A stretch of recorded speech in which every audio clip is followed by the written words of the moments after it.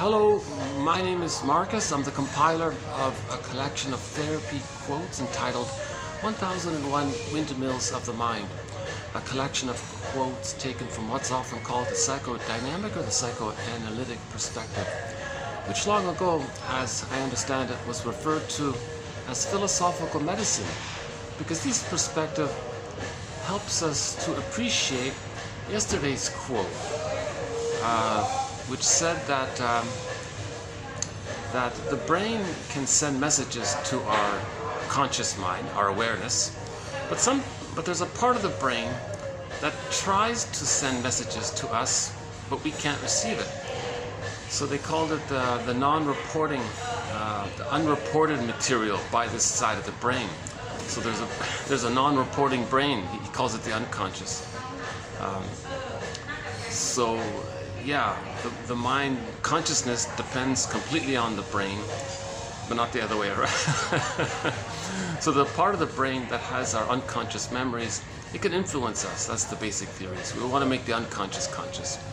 And we've provided numerous metaphors for the psychoanalytic perspective. You know, weaving the threads of a traumatic script and using those threads to weave a new, healthier script. Regarding our behavior as what our script is doing to us, but let us see what we can do with that script. You know, the sculptor metaphor, having a sense of who we're meant to be, and then chipping away at the rationalizations and the self-excuses. We all know about the iceberg metaphor. So today's quotes. So we now have 2,272 therapy quotes in this area, and these 2,000 plus quotes are roughly cover 50 themes or topics or threads or chapters or in effect e-booklets. So the collection of 1001 Windmills of the Mind is basically 50 e-booklets. One booklet on projection, one on projective identification, one on the splitting defense, one on reaction formation, repetition, compulsion. Robert Bly says, forgive psychology or its jargon, just forgive it.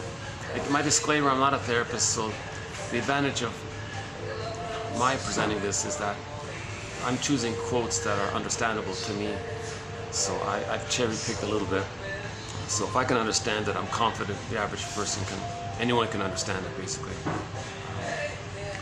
So the jargon's kept to a minimum, but the jargon is there. The jargon is sort of a second language, so some people call psychoanalysis sort of a second language almost. Because when we say know thyself, we mean know the conscious self and the unconscious self. Again, we have a conscious self and an unconscious self, or the secret self, or the second self, or the shadow self, or the shadow soul. Basically the inner child of the past in pain, basically. And he's in pain, and we don't want to feel unconscious pain. So there's a lot of fantasies. It can lead to unconscious motivation. Thomas Mann calls it unconscious will. And actually this first quote here, 2269, sort of summarizes the psychoanalytic perspective. So why don't we just begin with this one here. Okay, so the basic premise of psychoanalysis, or a part of it, is that all behavior, meaning our motivation, we're motivated, right? So all behavior is purposeful and goal-directed. Now, in neuroses, a great majority of motivational ideas are unconscious. Okay? So we have the conscious will, but if there's too much happened in childhood and we're stuck at we're fixated at an infantile state, that's causing pain because we want to move forward. There's this drive to grow and heal and be healthy and be ourselves, but we're stuck somewhere. So we want to, the theory is symbolically replay the childhood past in the present, to buffer it, to manage it, to change it, to, in our fantasy, go back in a time machine and undo it. The best we can sort of do is maybe, they call it passive into active. So we feel less pain by it if we identify with the aggressor, and then we're not the passive victim like we once were as a baby. But it doesn't change the past. Actually, we have a quote about this coming up as well. So in our threat, our threat of repetition compulsion gets into this issue of why we are repeating something we learned in childhood but forgot again and again and again. Okay? The basic idea is that we lost the safety, the child lost the safety, he can't keep his feelings. I feel, therefore I am. He loses his identity. He feels depersonalized. He feels unreal. Those are the emotions of life. That's pain. We want to get back our golden ball, our feelings, hence our identity. So we replay the scene with the mother in the present with someone else. I love you, you're perfect, now change. So we want to change the person. So we're not seeing the person for who they are. We're projecting the misattuned mother on them, and they want the partner to be perfectly attuned or something. Whatever it is. It's unrealistic because they're looking for something that was supposed to take place in the nursery while breastfeeding. The breastfeeding went wrong. Right? Misattuned, malattuned. Some mothers don't even naturally breastfeed. The baby's really betrayed when the bottle and the rubber nipple and the powder stuff are there. The baby doesn't want it. The mother dips the rubber nipple into honey. The baby's very shamed by all this, but he has to accept it. No baby can make it on their own, so they have to accept it. But the baby has to relate to a good mother. So they make up that they're relating. They just, in their fantasy, in their imagination, they make up that the mother is loving and all good. The reality that she's misattuned and shaming, they reject it. So the truth they reject, they accept this made up one. That's called the splitting defense. So the child manages it somehow. By the way, I'm in a restaurant here, and the staff are kind enough to let me use this spot here during this little late afternoon before the dinner rush comes in. So I'll show you the venue a little bit later on. Yeah, it's Friday, so it's busier than normal, and the peak season is just starting here. So I think I won't be able to do too many more videos in these hotels.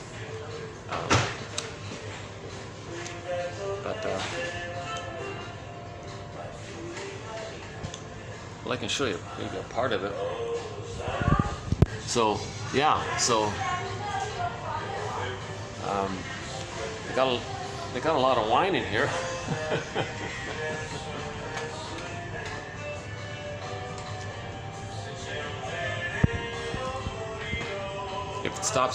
If they do kick me out, and if it stops raining, I'll continue outside.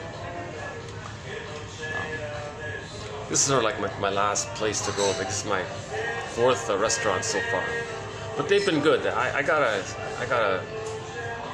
celebrate their kind of reasonable attitude, friendly attitude, their hospitality here. And the manager was okay, apparently. So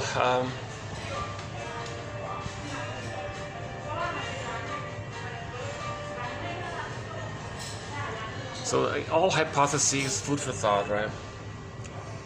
If the baby doesn't get his needs met, he feels shamed. Yeah, the wine in the background is a little distracting, but they kind of insisted they wanted me to sit here, so everything else is reserved, right? Just these two.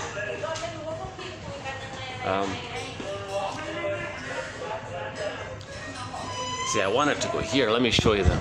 Yesterday I could do my video here. It was very nice. But yesterday I did my video here. And there's the sculptor from yesterday's video. Yeah, it's still raining, so I can't go there yet.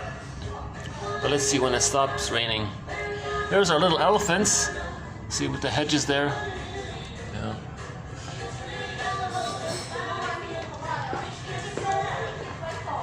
I'm not honestly that sure what the fascination is with wine. I've never been a wine kind of person, with the exception of fruit wines like apricot wine, some plum wine, apricot wine. If you can find it, there's even lychee wine, which is really nice. The lychee wine, the plum wine from China,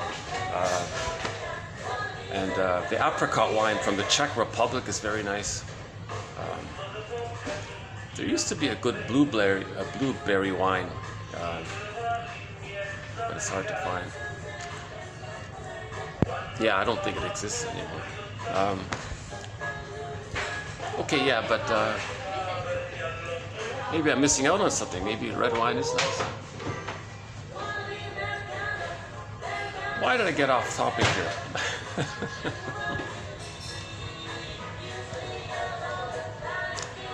Well, it's concentrated sugar, so that'll send the person serotonin. You'll feel safe. If you any kind of concentrated food, the brain goes, wow, there's lots of food here, and the person feels, the brain, that part of the brain interprets that extra food as safety, so the person gets serotonin.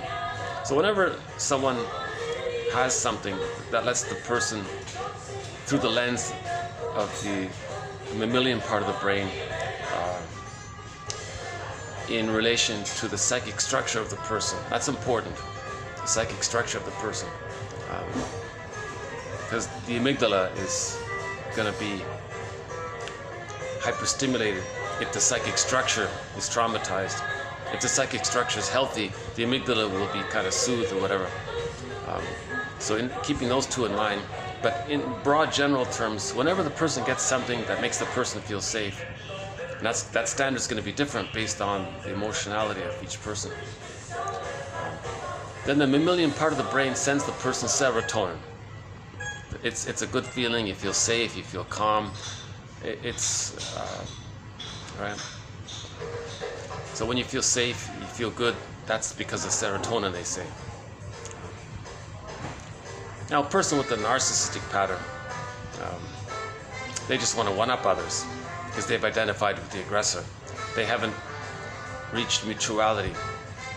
They're still stuck in a stage of development when babies think they're little gods. So if they're stuck there, the narcissistic pattern, they get serotonin by putting others down through their cynicism and their dark humor and their shaming humor, negative attitudes, thinking they're number one. So in their fantasy like that, they get serotonin that way. So that's an example of how psychic structure determines what the person's looking for to get serotonin. People with the, so that's Schadenfreude. Not everybody has Schadenfreude. Those with arrested development prior to 18 months in particular have this Schadenfreude. They don't have the pleasure from the real self because they haven't differentiated. They haven't left the mother.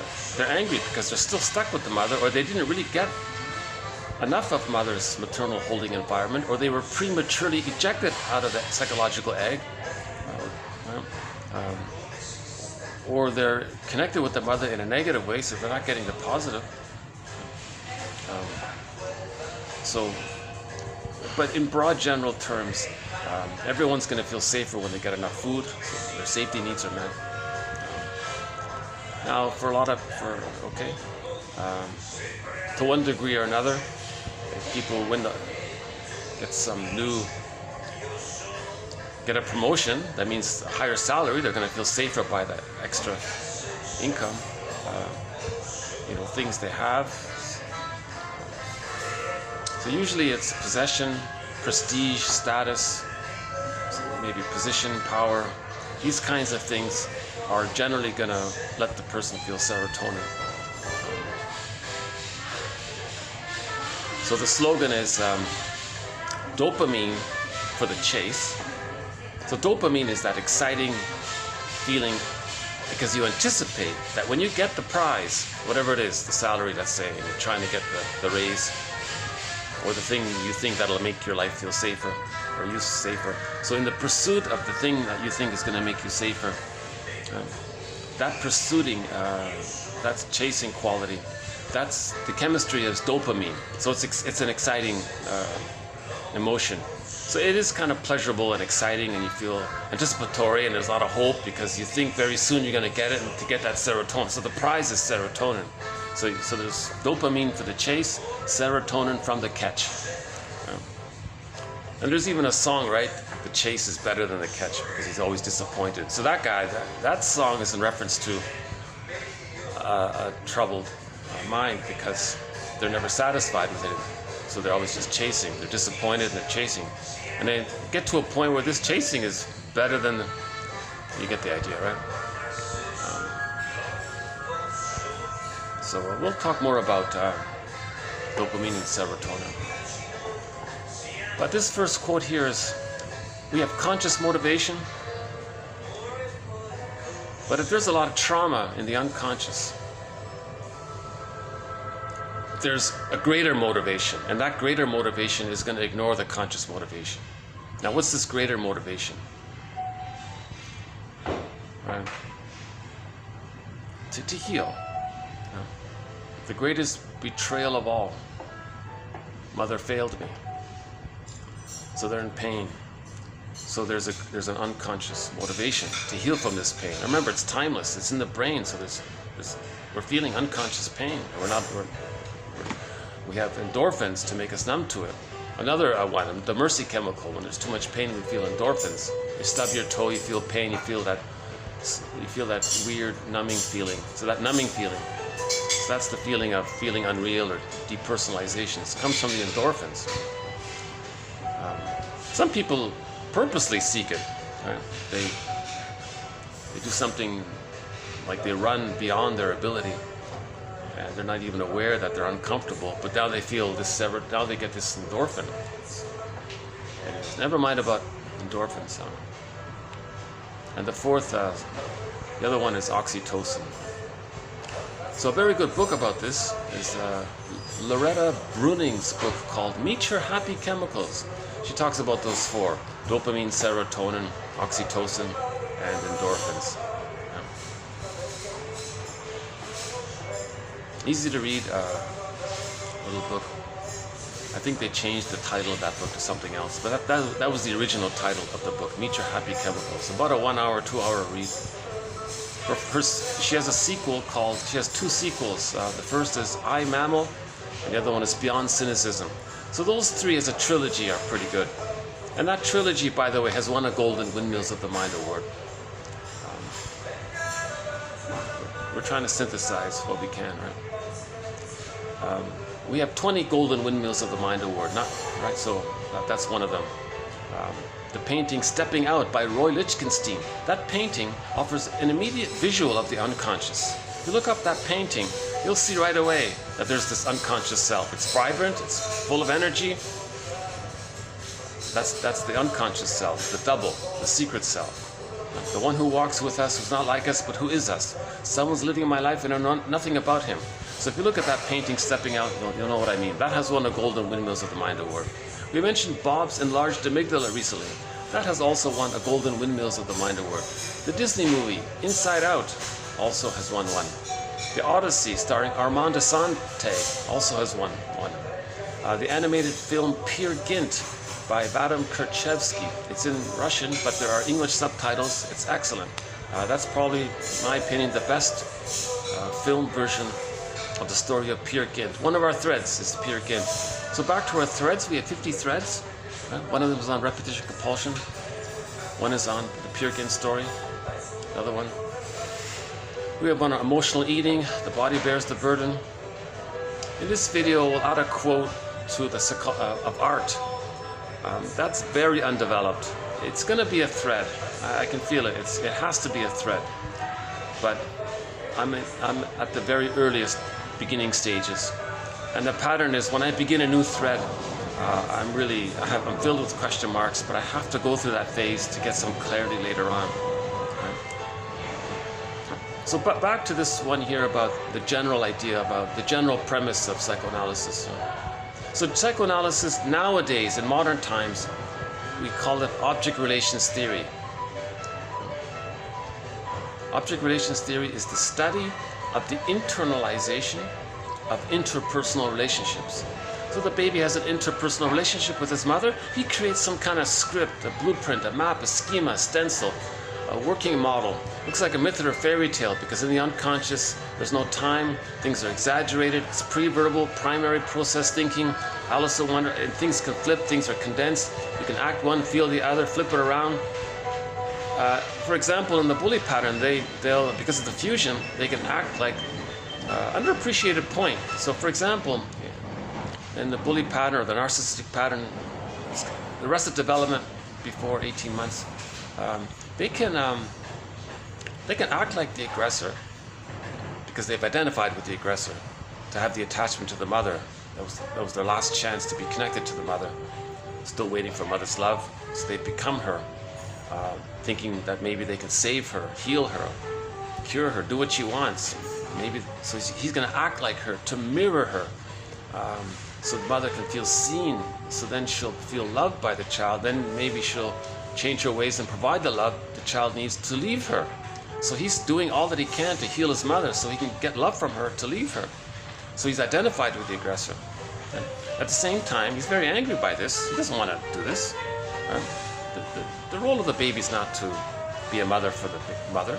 So he's very angry about this. So, and he feels very shamed by this, so he identifies with the aggressor. Now how does he communicate this? There's this drive for healing, he wants to communicate it. Well, it suddenly became very windy here. You see the tops of the trees there waving suddenly.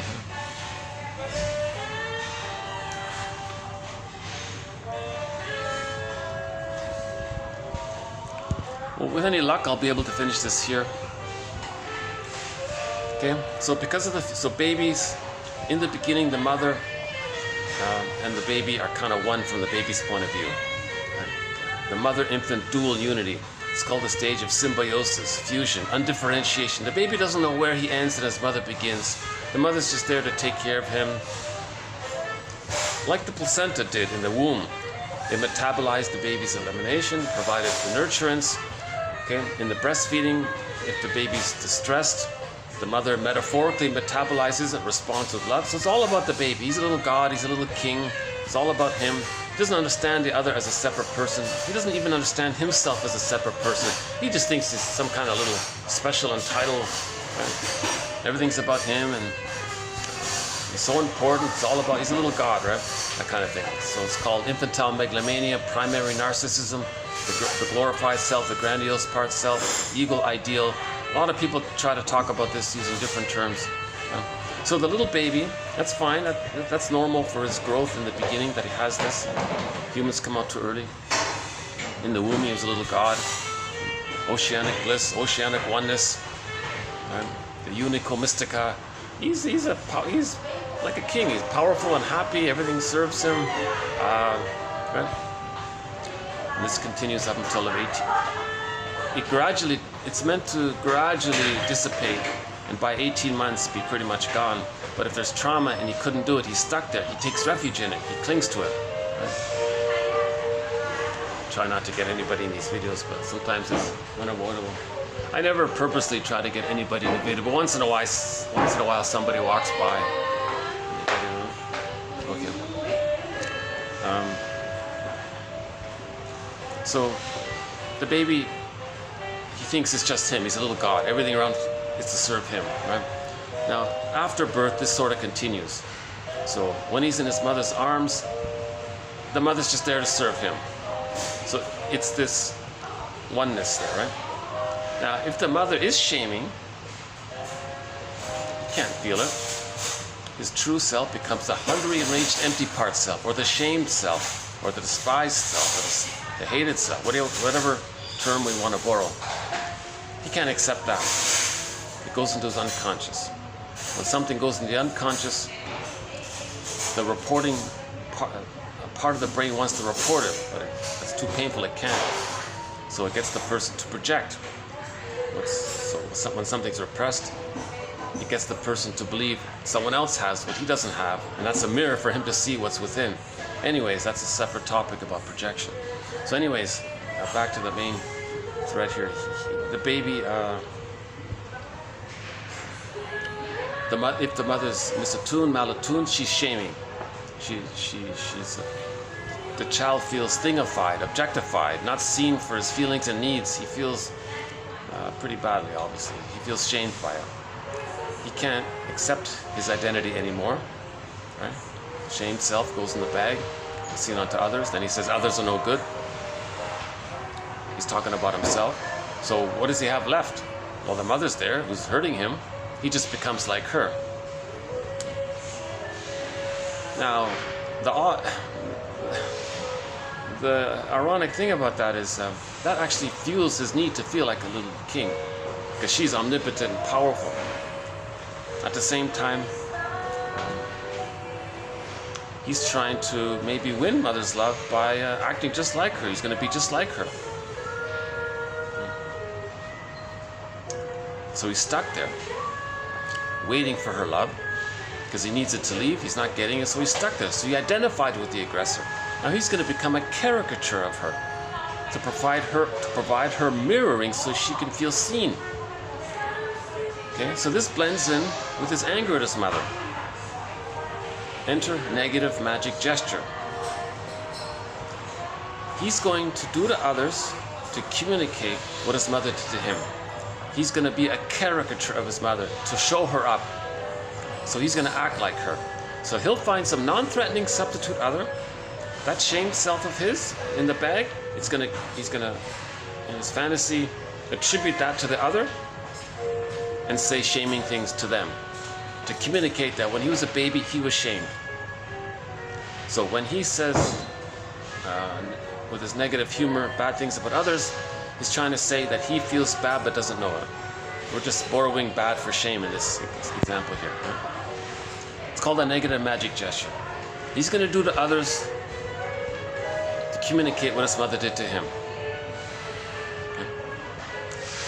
Because of the fusion, at the same time, when he's shaming the other, simultaneously, it's blurred there. It's like hocus pocus, double focus, hocus pocus,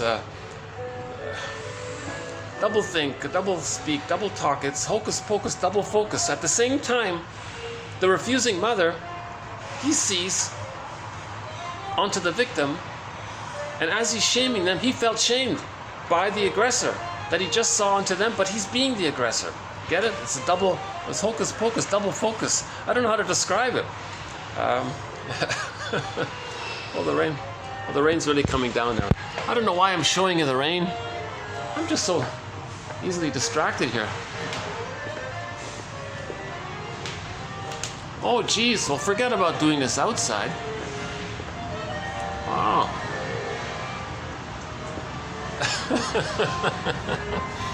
I like the rain, yeah. You know, these showers don't last very long. So maybe 20 minutes later they'll end, you know.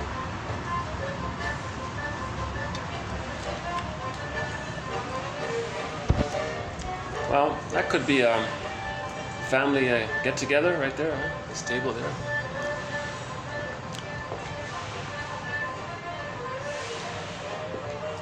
Okay, we're doing okay here. Actually, it would be fun to do this by the... No, she didn't want me to sit here. I tried to sit by the window, but she really... She said I could have any one of these ones here.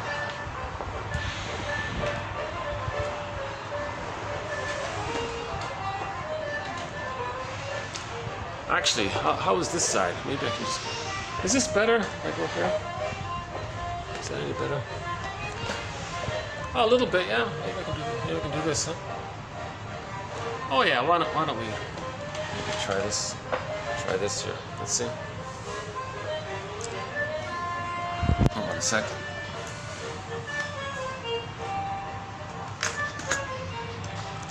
Still logged in? Yeah, okay. Let's try this for a while. Okay, so let's this is an underappreciated point. People don't understand why bullies, people with the bully pattern can hurt others and then act so in a convincing, dramatic way that they're the victim, and they don't see that they hurt the other, right?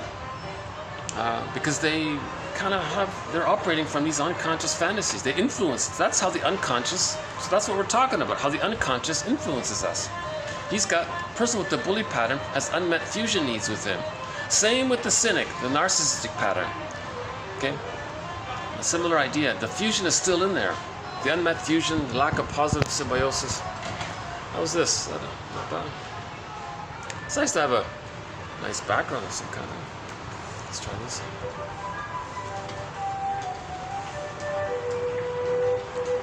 Or, whoops.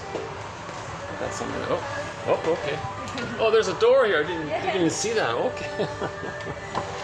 Oh, I'm blocking her cupboard here. Do people like wine, don't they, huh? Yeah. Do people drink a lot of wine here? Yeah. Yeah.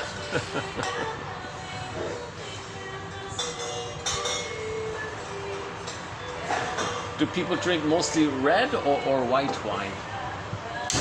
Oh, red? Red. Yeah. Yeah. Okay.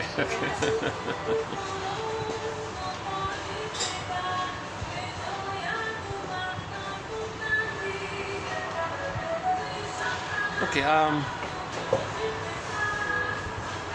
Isn't there a song, Red, Red Wine? See, if I were online, I'd probably play that song, Red, Red Wine. Makes me feel fine.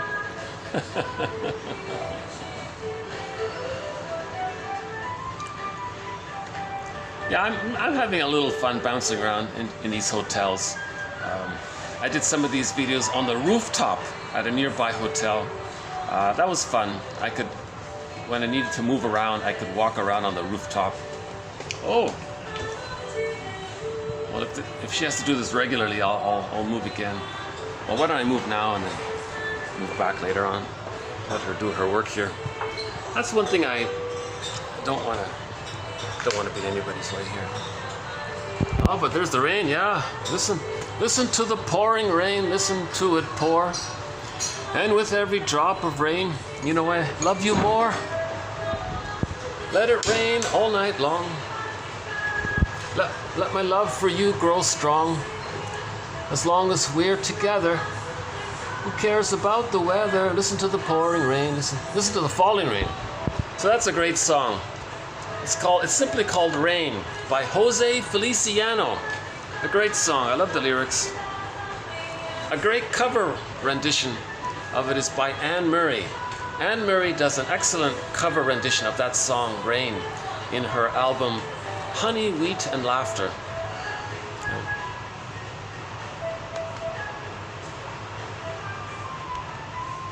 So let's just finish this point. The baby needs to get his symbiotic needs met. It's called the extended womb, with the oneness there. Right? Some babies don't enter into this, or they're prematurely ejected out.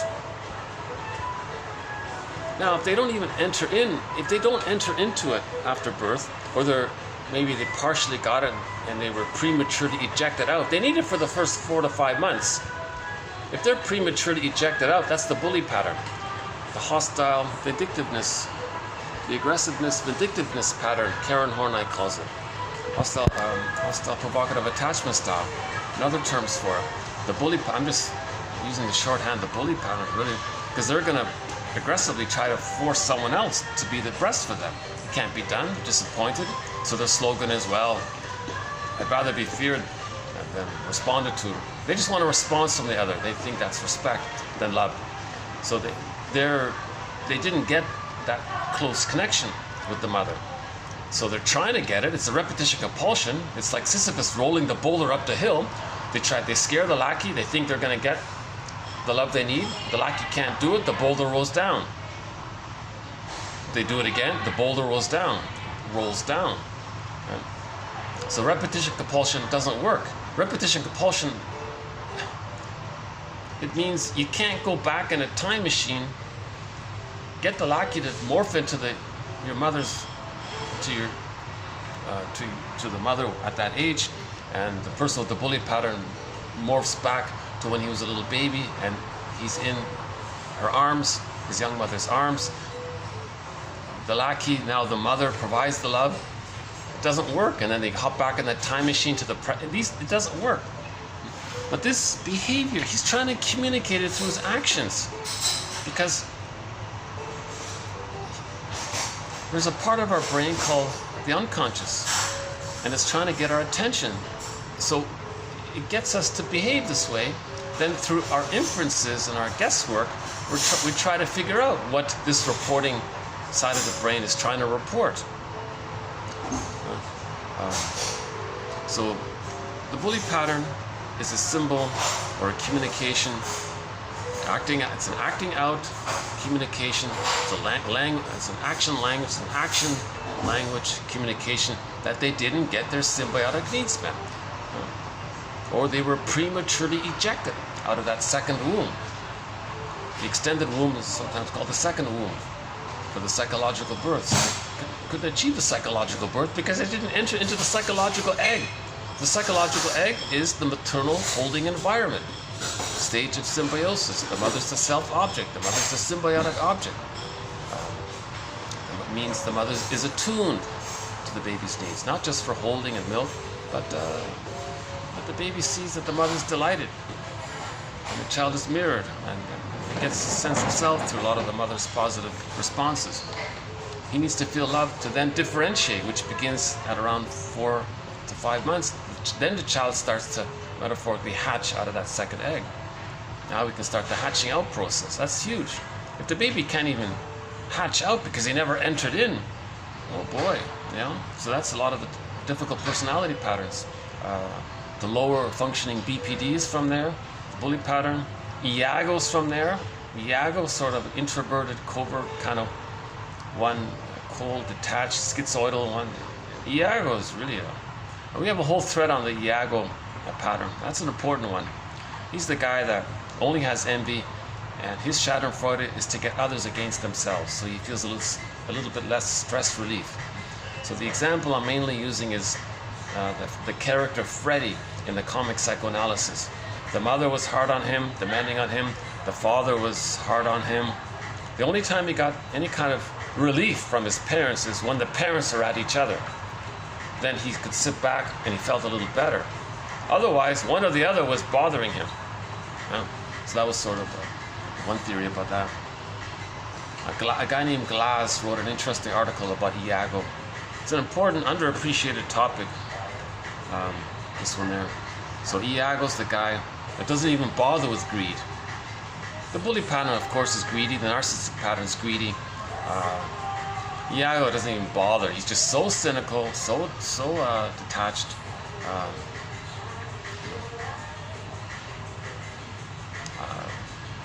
Now all of these characters, the Iago, the bully pattern, narcissistic pattern, love and gratitude haven't entered the psychological picture. There's no empathy there. The main emotions are hate, greed, envy, drenvy, spite, vindictiveness, schadenfreude, the manic defense, power control. For the bully pattern, the power control is to scare someone, trauma bonding, get to find the lackey, the codependent, to respond to them. So they feel a little better that way. Someone is responding to them. The narcissistic pattern, they don't sing "Find me somebody to love." Their song is "Find me somebody to shame," because the mother shamed them. They want to shame others to communicate that the mother shamed them, and they're stuck like that, like Sisyphus. So every time they shame the other, that's like rolling the boulder up the hill. Will mother change her ways? Will she see that I'm acting just like her? Will she feel mirrored and seen? I'm being just like her. I'm being a caricature of her. That's rolling the boulder up the hill like Sisyphus. It doesn't work. The boulder rolls down. He does it again and again. Right? So greed doesn't work. You can't satiate. It's past that critical time. The nursery was a one-way ticket. One time, we played that song "One Way Ticket" recently, sung by the singer was Precious Wilson. So it's a very precious time, that extended womb.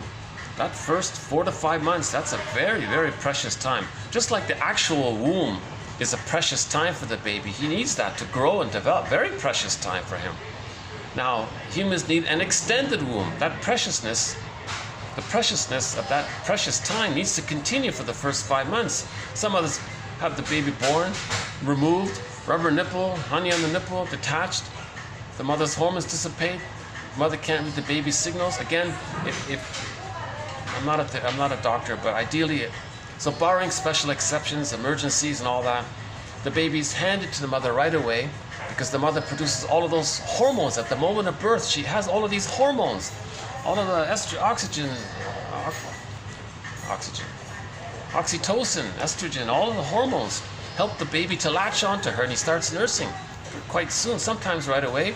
Within 30 minutes on average, the baby's already nursing.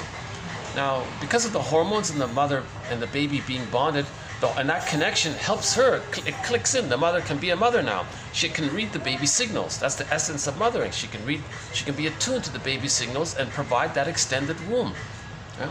That's the essence of mothering. Number one, the breastfeeding. Number two, this quality of being able to read the baby's signals and providing what the baby needs automatically, on time, just in time, no conditions, no questions asked, no, you need what you got, baby, you got it, and it's there, just like in the uterus, everything was meant automatically. The mother's meant to be attuned like that. Doesn't have to be perfect and all that, but so-called quote-unquote good enough, they call it. Huh? So if the mother fails in that area, the greatest wound of all, mother failed me. So if there's a failure in that area, that leads to the bully pattern. The iago is sort of the iago is sort of like a introverted version of the bully pattern. Those two often hook up, actually. The bully pattern is sort of expresses what iago would like to do, and the bully pattern is glad to have someone there, so to be seen by. Right? So those two. So on that, this is best expressed on the Enneagram. That the 5, that the iago one, the unhealthy 5, and the bully pattern, the unhealthy 8. There's a line there that links the two. Goldberg says you got to think in terms of lines. So they're just versions, two sides of the same coin, so to speak. They're just kind of very close like that. Don't think of them as separate. Right? The bully pattern, when he's stressed, he can regress and act like he can withdraw, and become schizoidal and be a turtle for a while. Okay. Now the turtle one, the covert guy, the guy who spreads rumors against others, the sneaky, envious guy, the devious kind of guy, right? So now when he feels safe, he can become more assertive and act like a bully whenever he feels safe. Right? So when the 5 feels safe, he acts like the bully. When the bully's stressed, he acts like the detached 5 one. So the 5 and the 8 are linked there. So the Enneagram is very good for describing this. Thousands of years ago, they made this link between iago and the person with the bully pattern. A person with the iago pattern and a person with the bully pattern, in whatever terms they would use at that time. The 5 and the 8. I'm talking about the unhealthy 5 and the unhealthy 8, right?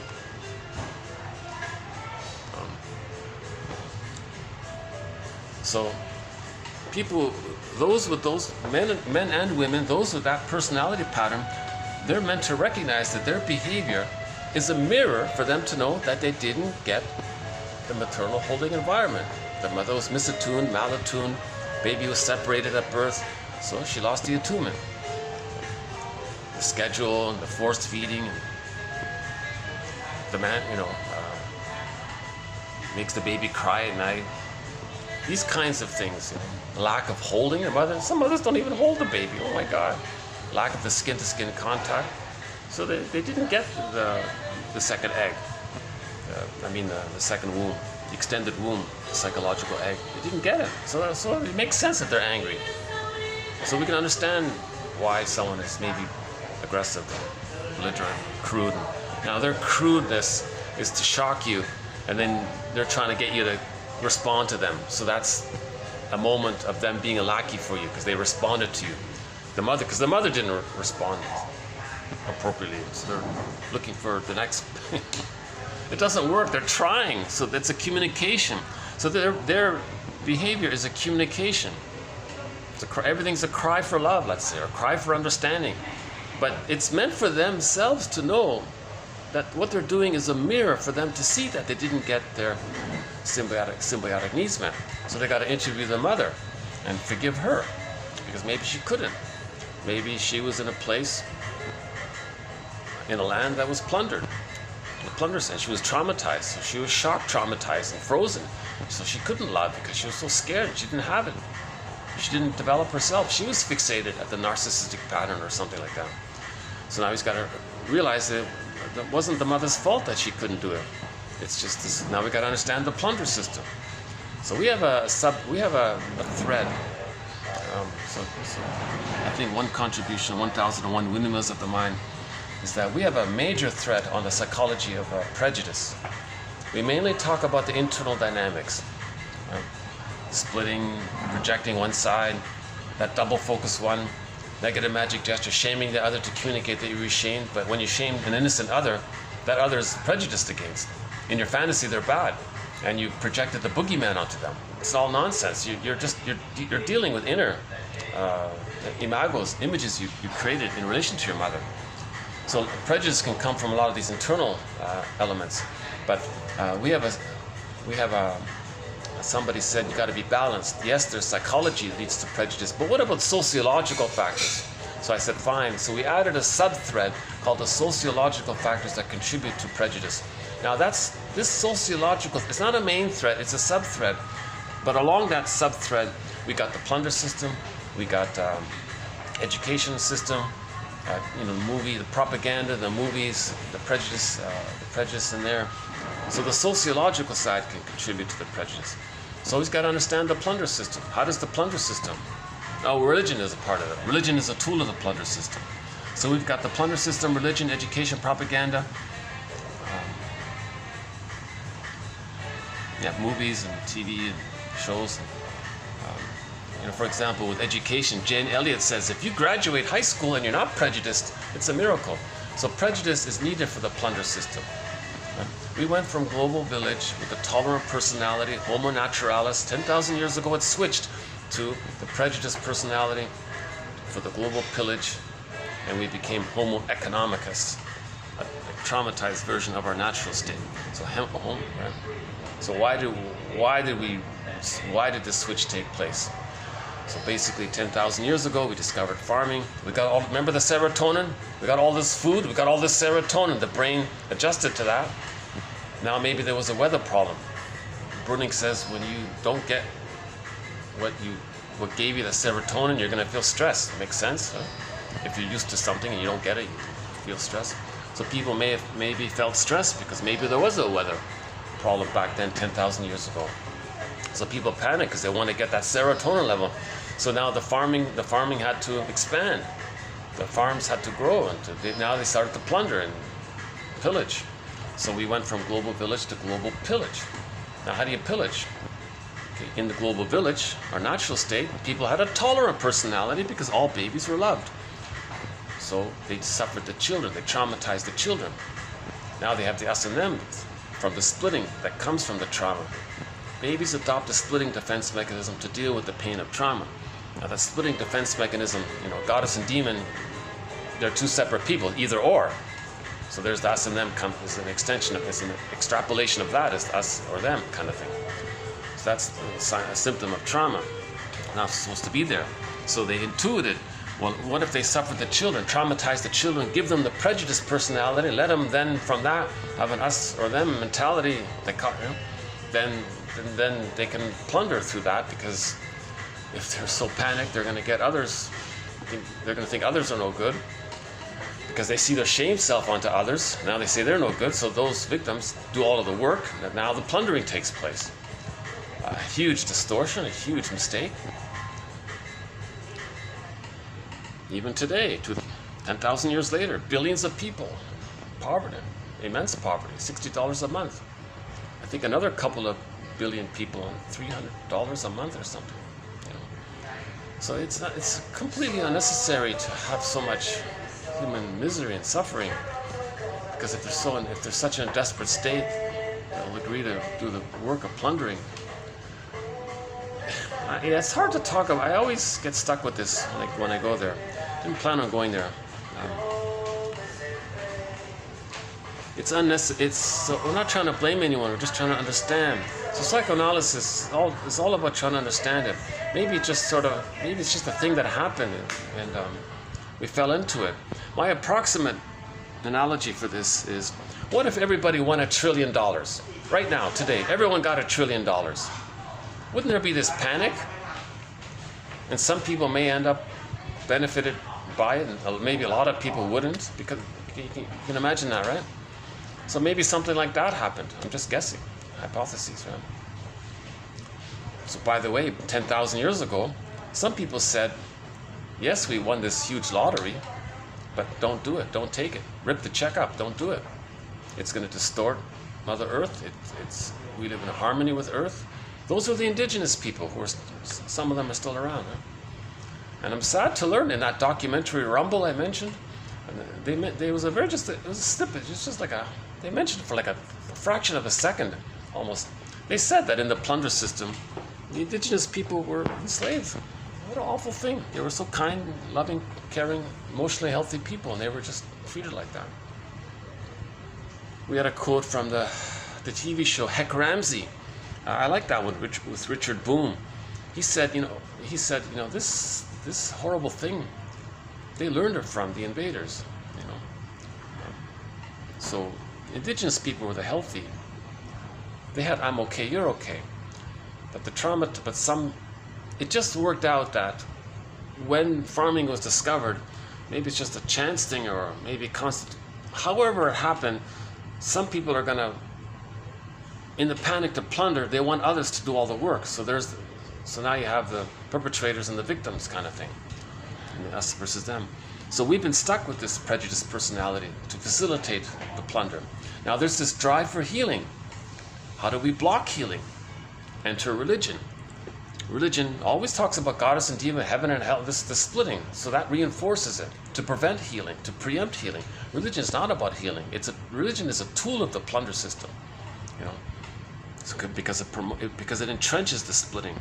And if a child was loved and does differentiate and doesn't have splitting, he's bombarded with it if he's exposed to it all the time. And then the schooling finishes him off because he can't graduate because all of the biases in the books and the teachers, the whole thing, the curriculum is biased to get him prejudiced. So the combination of religion and education plus the stuff on TV and the movies and it all adds up. So it's meant to entrench the prejudiced personality. So we have a whole thread on this. I can't in any way offer a proper summary introduction to it. Oh gee, they're having a little staff meeting there. Oh, now I feel badly here. I talk over it. Maybe I can lower my voice. Maybe I can move down. What if I leave part of my stuff here and just take the computer here? Maybe I can continue on the lower floor. There might be some empty seats. Okay, hold on a sec. Fast forward this video for about 2 minutes. I'm gonna move. I don't want to disrupt their meeting here. Hold on a sec.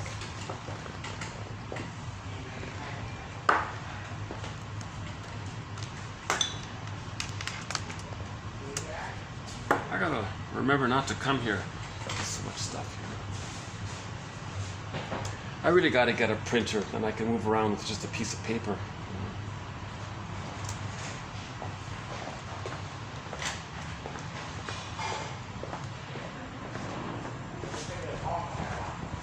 Oh yeah, they got a full meeting there. Jeez, I can't stay here with them having their meeting. Can I ask a favor? Can one person bring down my coffee? I have a coffee on the table there. Maybe one person can help me carry it and bring it down. Yeah, great, thank you, okay. I can't carry it at all.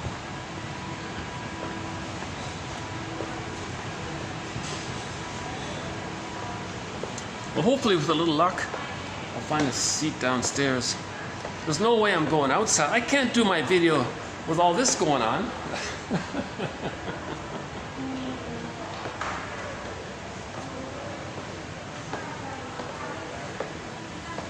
Uh-oh. Oh, yeah, no luck here. It's pretty busy. Looks pretty busy here. Hold on a sec. Let's see if I can still manage it somehow.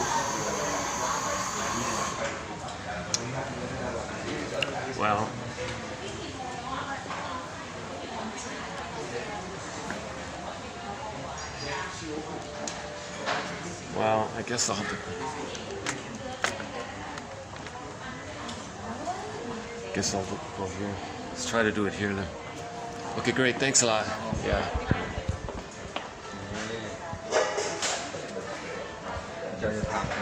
Thanks.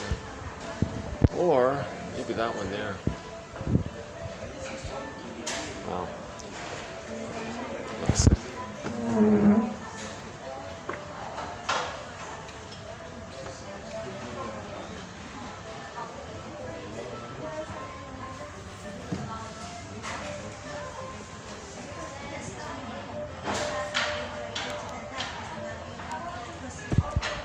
I have an idea. Hold on a second.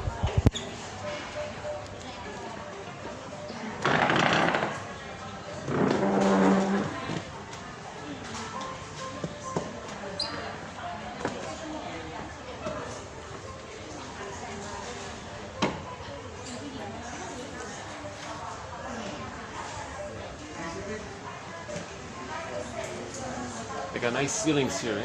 Look at these ceilings, huh?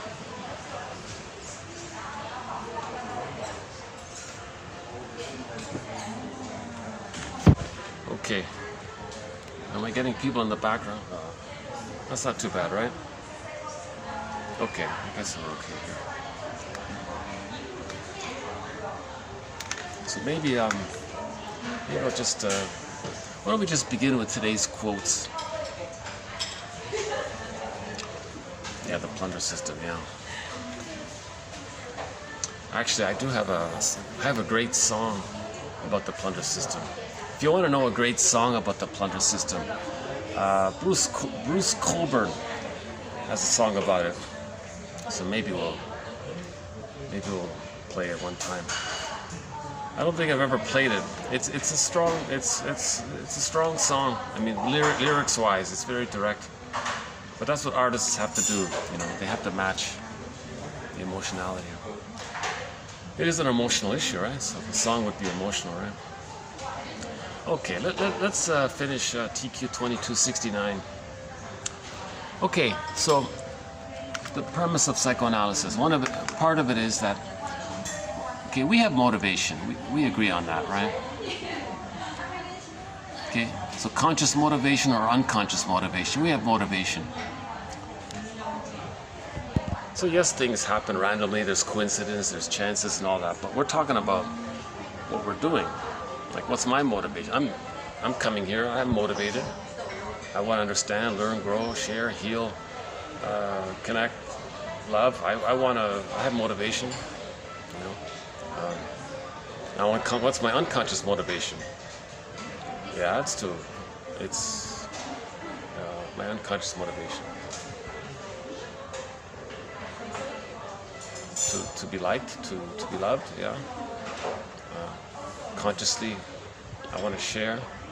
But I'm also conscious of my unconscious motivation. So there might be some more in my unconscious.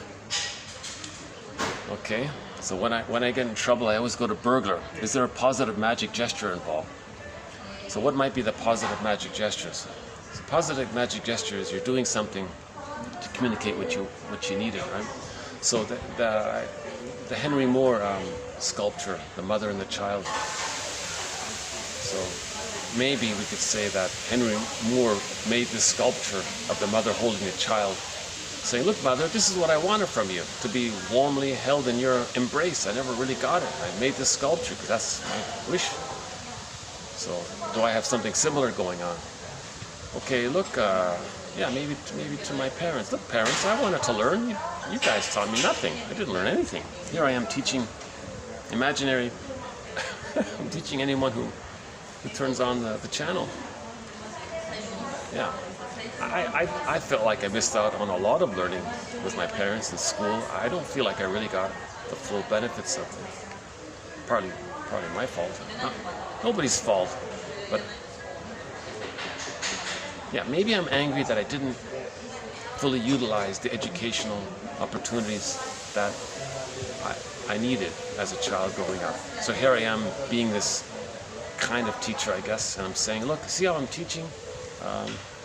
Well, that's what I wanted. I wanted to learn. I didn't get a chance to learn. I muddled through and all that, but I didn't really fully actively get enthusiastic about learning, and I didn't. Why didn't somebody teach me something? I could have used a coach. I could have used a tutor. I didn't get any of that. So yeah, so maybe that's, if I borrow Edmund Burger's theory, that could be there. So motivation. So all behavior is purposeful and goal-directed. So my conscious goal for 1001 Windmills of the Mind is to get 1 billion views.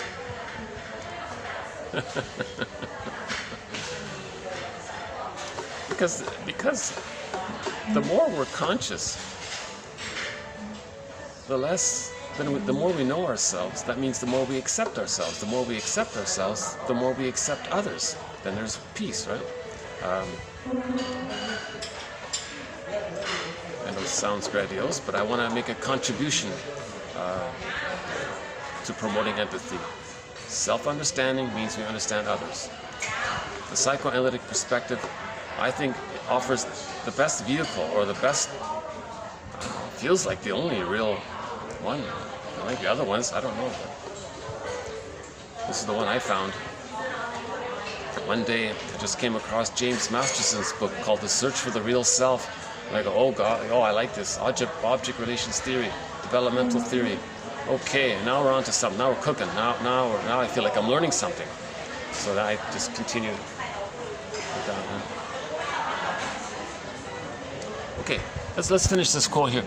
Motivation, all behavior is purposeful and goal-directed. Now, when there's dysfunction, when there's pain, neuroses, okay,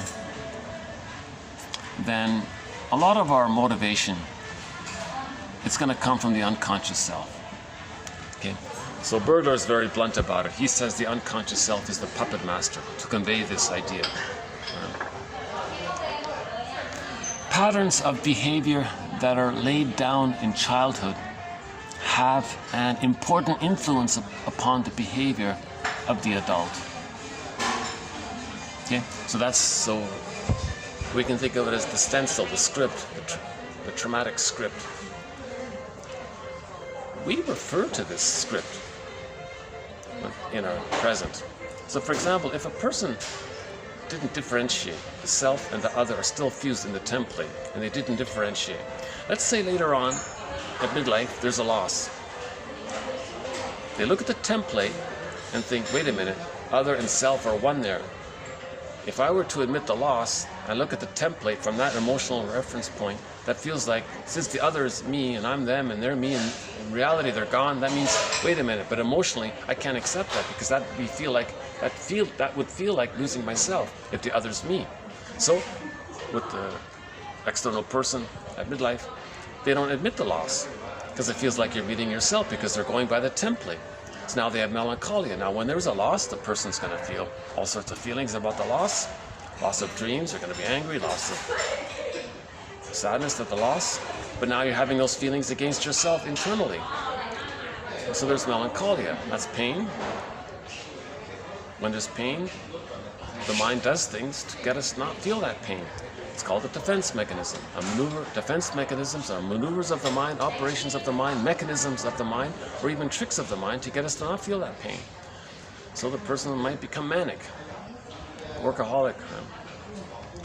So the Peer Gynt's and the Don Juans and all these, the Peter Pan, whatever, the manic, whatever form it takes, or any other manic type behavior, pseudo-aggression, Bergler calls it.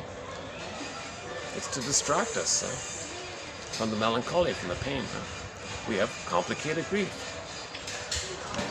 If a person kept more losses, that's complicated grief, aggravated grief, prolonged grief, melancholia, pathological mourning, the derailment of the mourning process, the derailment of the grief process.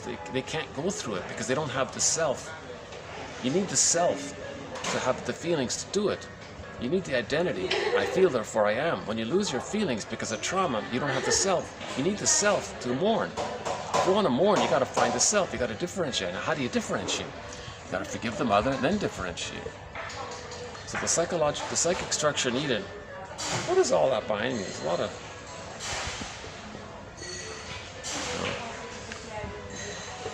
I see. So I'm blocking the view of the guests, right? Okay, that's right.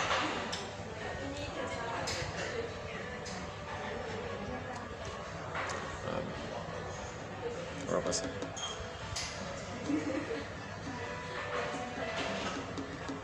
It's okay. The psychic structure needed, or the psychological equipment needed, is differentiation. When you have differentiation, you have a self.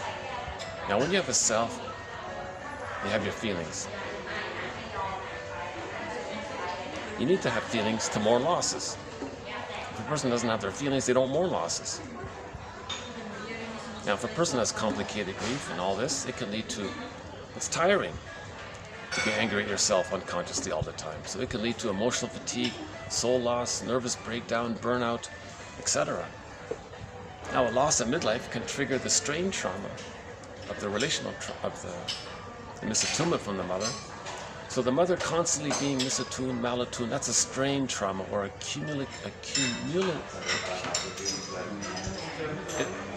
accumulates trauma.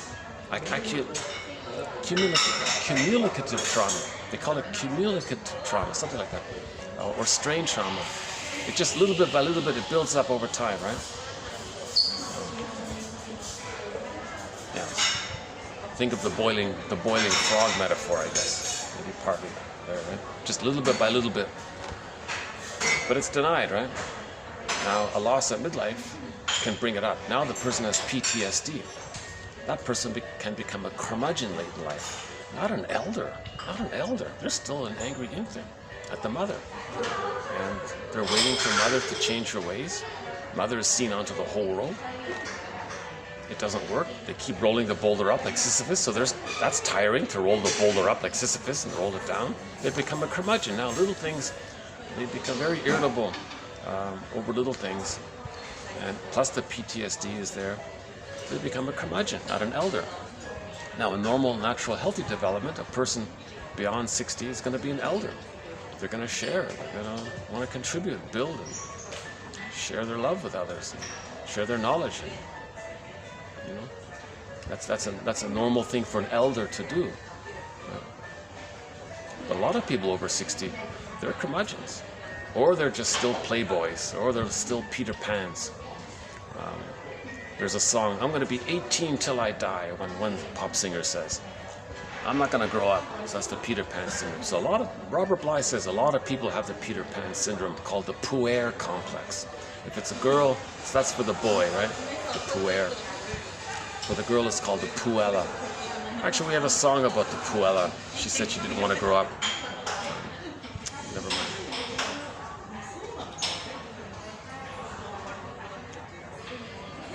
Actually, that song about the puella, it's about a woman who was a puella and then realized it, became an elder, and now wants to tell young women, look, don't be a puella. So we'll play that song sometime. I forgot the title of it. It was sort of like a one-hit wonder kind of song. Not a major hit, sort of a minor hit.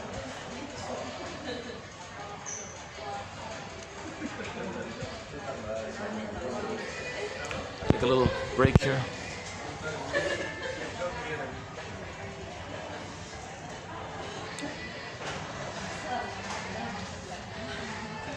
Oh. So why don't we just finish this one here. So back to TQ 2269.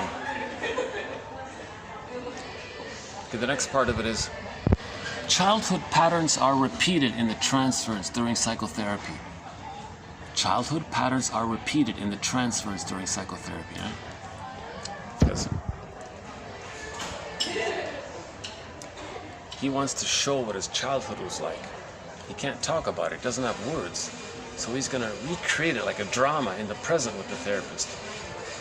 So usually he'll do two things. He'll act like the abusive parent and think badly of the therapist. Or he'll see the frustrating parent on the therapist and be angry at the parent through the therapist. So he's replaying the childhood dynamic in the present. So the therapist will often make an interpretation, which amounts to basically, you're showing me what your childhood was like. You're trying to communicate what happened to you in childhood. You're replaying the past and the present. You're doing it as a communication. Oh, really? So that can be helpful, right? Make the unconscious conscious, right? So that was his unconscious motivation, to heal, to communicate what happened to him.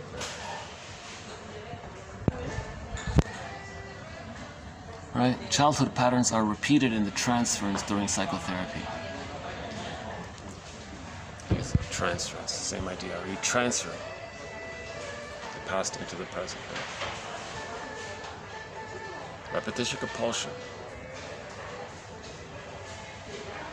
Okay, one more here. Any single item of behavior any single item of behavior to be fully understandable must be related causally to the past and telologically to the future.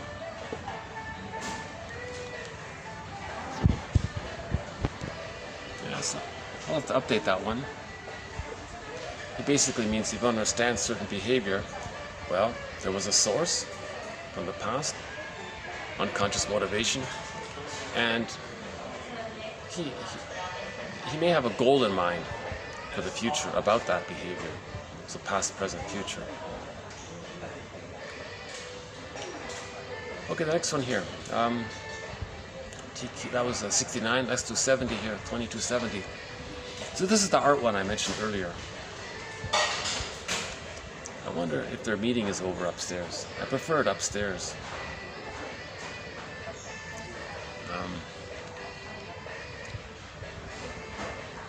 No, maybe that wasn't a meeting. They were just sitting there quiet. Maybe they were just having a rest or taking a break together. Or maybe they were just... So I'm glad I came down. If that's what they're doing, just taking a break. They don't want to hear me. They just want to do some meditation. Sit in the lotus position and notice their breath.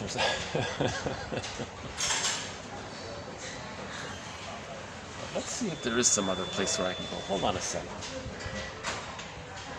Hey, wait a minute. You know, in the outdoor area, there is a sheltered park. Hold on a second. Let me visit that first. Hold on a second. Let's do the... I don't want to get anybody in here. Let's just do the ceiling thing.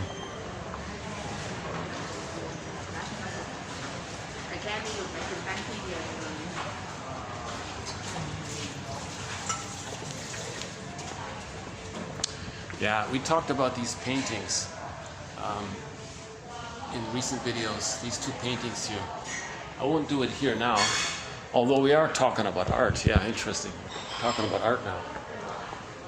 Any luck? Let's see. Oh, maybe. Yeah, let's, maybe I can use my shirt now. Yeah, let's try that sheltered area.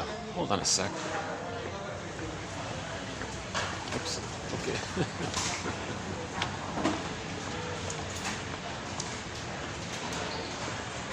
Some more wine.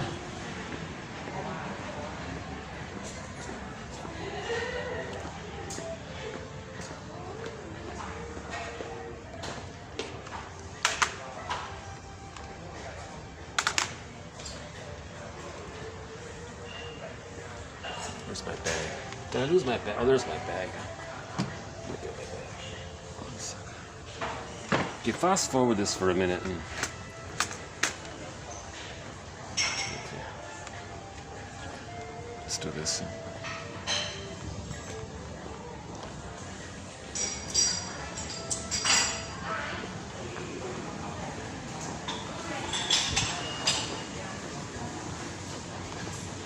Hey, can I ask a favor?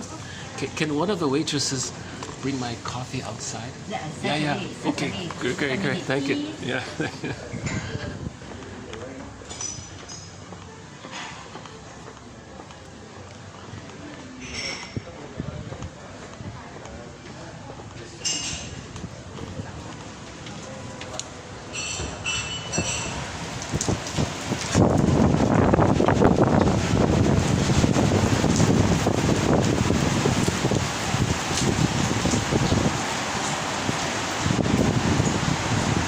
Well,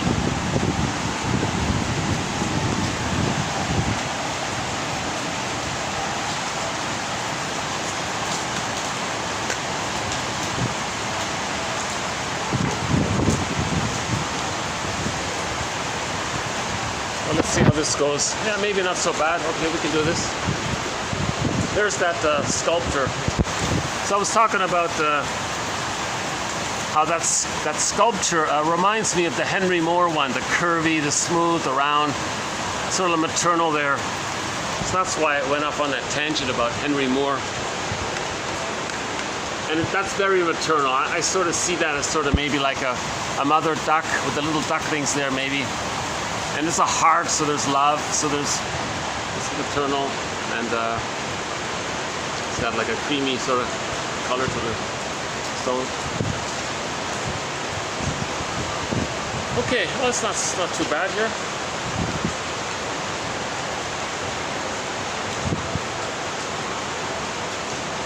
Just make sure water doesn't get into my computer. Okay, so art, yeah. There's an art exhibition in the lobby of this hotel here, right? Called Forest in the Imagination, and it's done by autistic kids, and they're drawing their wishes, their fears, their emotions. There's a lot going on, and so they're so let's try to understand this a little better, this connection between art and psychoanalysis. Now, this isn't the answer. It's just one quote with a couple of parts to it. So I got to start somewhere. Our journey of 1,000 miles begins with a single step. So here, okay, art's psychic purpose is to give pleasure directly and easily to the conscious, devising of fantasies in which the daydreamer's acknowledged desires are gratified. These range from the longing of the hungry man for food to the attainment of love, etc. So art's purpose is to give pleasure directly and easily by the conscious devising of fantasies in which the daydreamer's acknowledged desires are gratified.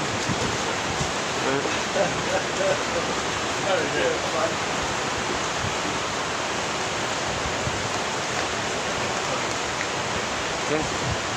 So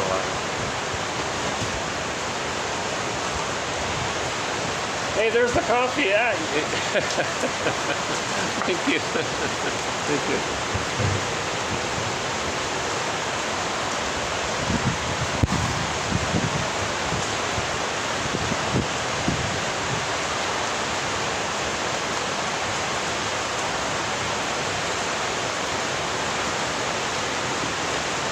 So in other words, we're a daydreamer. We're daydreaming.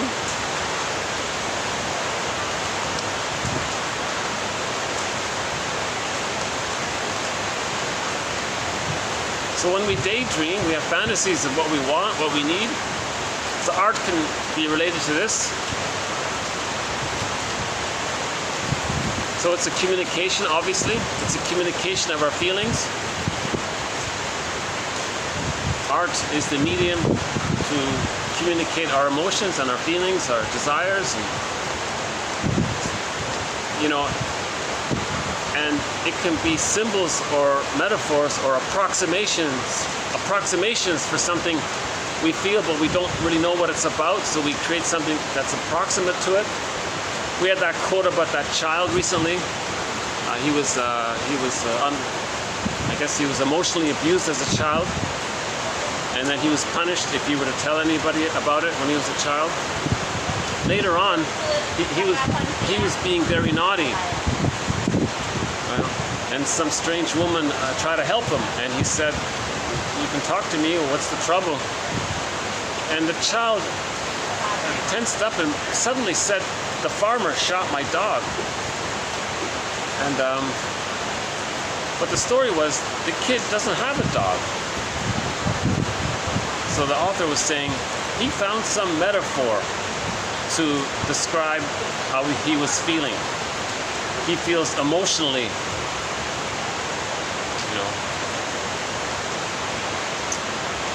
he was hit emotionally. So his approximation was the farmer shot the dog, right? So emotionally it was kind of true what he was saying, although literally it wasn't.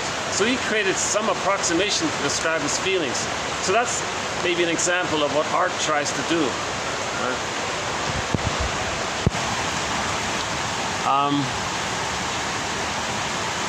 Okay, regarding the superego, an indispensable condition for beauty in art is the absence of anxiety. For the moment, a state of equilibrium appears between the normally severe demands of the superego and the imperfect approximation to its standards, which is the best the ego can generally accomplish. Fantasy, right? Fantasy is private. Fantasy can never produce art. For that communication is needed, and communication requires acts in the real world outside of imagination. So that's sort of obvious, right? Daydreaming. So if it's fantasy, fantasy isn't art because it's private. It's within. If you want to make art based on your fantasy, now you got to have some kind of medium of communication. That's kind of obvious, right? But the one about the superego, if someone creates some art and it's very beautiful, wow, the superego or the inner critic is maybe placated because now the person can identify with this perfect artwork. That's closer to the ego ideal. Now, Edmund Burglar makes one of his points is that the superego, it's kind of dark here, isn't it? Get some light here. Yeah, sorry about the darkness. Better? Well, that's better, right? Let's do it this way, right? So Edmund Burglar makes a point. Remember, the baby thinks he's a little god. If he wasn't loved to mature out of that, he takes refuge in that. So the baby's image of himself, or the person's image of himself that he has, that all that he knows was that paradise time when he was a little god. So that's called the ego ideal, or the glorified self, or the idealized self, or taking refuge in the grandiose part self, or infantile megalomania. He's always chasing that. Right? Now, if a person creates a beautiful work of art, it's closer to that ego ideal. So the inner critic is going to say, oh, okay, you got pretty close to being perfect or something. Right? So that's what they I think that's what he sort of means. If something's very aesthetic, they say it's maternal, right? Like that artwork, it sort of has a maternal quality. So we calm down because we're closer to the paradise. So if there's some intricate artwork, like there's some intricate woodwork of nature, oh, that's perfect, looks pretty good. So if something's maybe perfect, the mother's supposed to be perfect. The baby who takes refuge in the grandiose part self, right? They think they're little gods, it's perfect.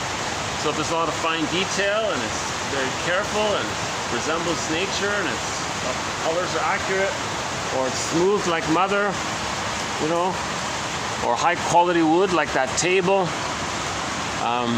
Look at all that detail with the elephants, right? There's two baby elephants there in the artwork here. There's some artwork in this hotel. So when something looks beautiful, it's either going to resemble mother unconsciously, right? So we're closer to the union with the mother. So the inner critic calms down. Now Burglar says the inner critic is always comparing the person and what they're doing with the ego ideal. So Burglar has like a little dialogue. One of his zingers is that the superego uses the ego ideal as a weapon of reproach against the person, saying, hey, your art, is it that good? Is it close to perfect? No. How about you, your life? Are you the ego ideal? Are you a little prince? No. So they're always criticized inwardly if they're not the little prince or the little Don Juan or Peter Pan. So the Peter Pan, the Don Juans and all that, right? The Peer Gynt, they're always shaming others to be in the one-up position to get closer to that image they had of themselves when they were little gods.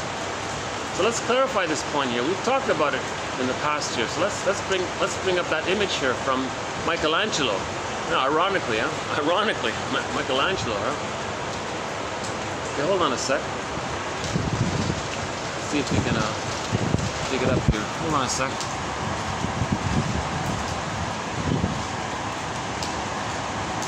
Okay, here we go.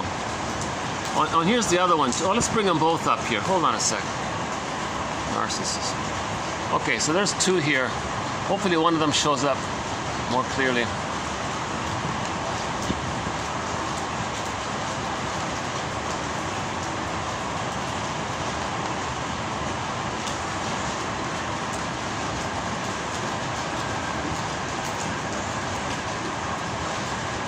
Okay. How's the lighting here? Okay, let's try this one for a while. So there's Narcissus. He looks in the pool of water and he sees a reflection of himself.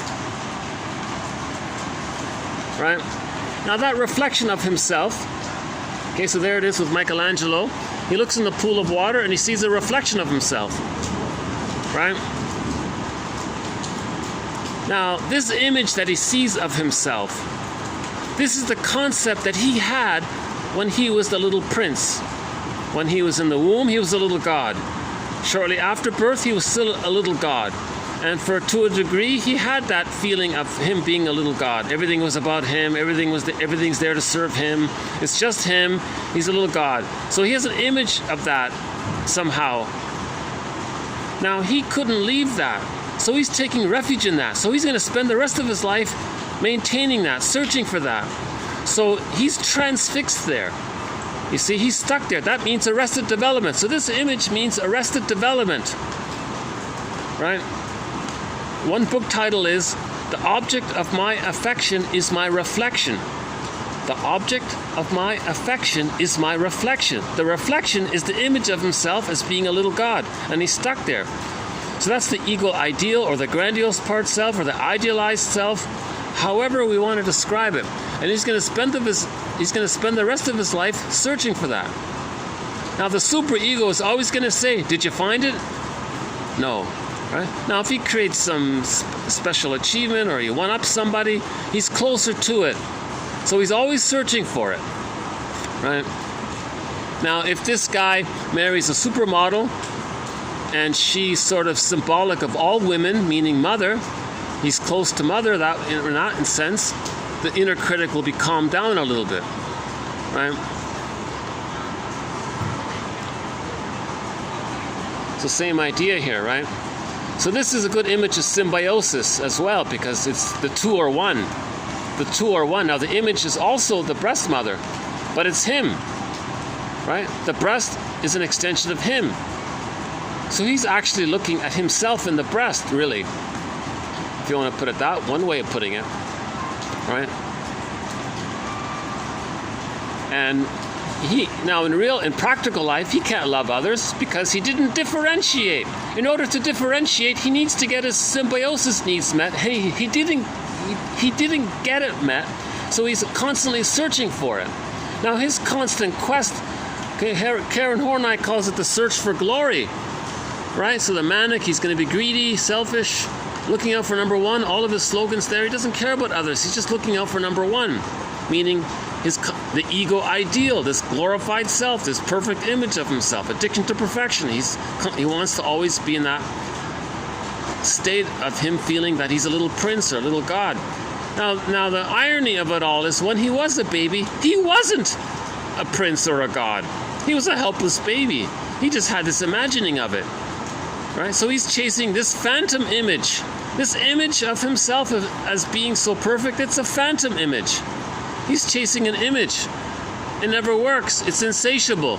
So he can be greedy and envious and selfish and all about him. It doesn't work. He's never going to get that symbiosis. It's past that critical time of birth to 18 months. But his behavior of doing this, it's meant to be, ironically, a mirror. So we got a reflection. So a double irony here is that him doing this and him seeing that he's doing this by looking at this painting, it's a reflection for him to see that his behavior is a mirror that he didn't get his symbiotic needs met. right?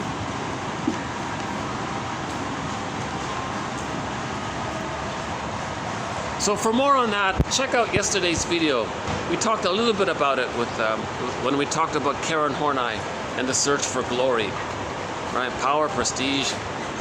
Sisyphus never works. Greedy, of course, because the breast is seen as this inexhaustible flow of goodness. He never got it. So anything symbolic of goodness, he wants it in, but it can't satiate. He never has gratitude. Remember, narcissist never has gratitude. He doesn't have affection or love or anything. I mean, true tenderness and care. He doesn't have empathy, care, or tenderness for others. He doesn't have gratitude. He can't feel sorry. He can't admit any flaw because he's only chasing the perfection of the phantom image of himself as being a little god. So he can't admit any mistake. He can't say sorry because that's admitting to a mistake. So they never say sorry, right? And in pulp culture, in the age of narcissism, one of the slogans is, "I'm never sorry," and those kinds of things, right? So let's go back to our quotes here.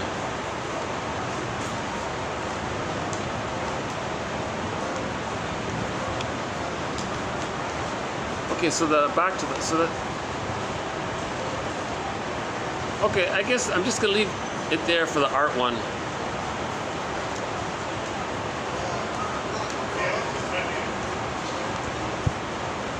Hold on a sec.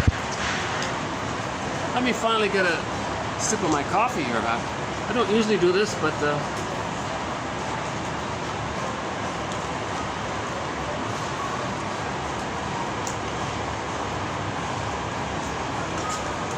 here, speaking of beauty, let's get the last glimpse of this little orchid. Yeah, in earlier videos,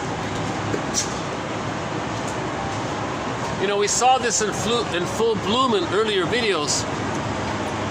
We had it in full bloom. There's only one petal left. Yeah, this is a real plant. Yeah, only one left, eh?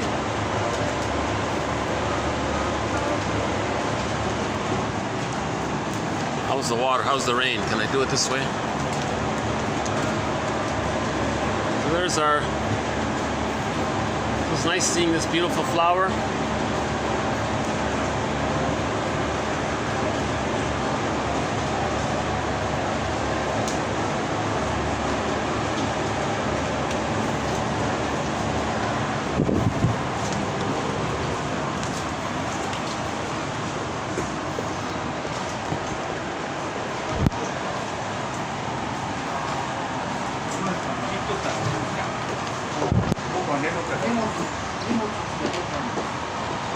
Yeah, it's very multilingual here. Germany's very multilingual. Wow.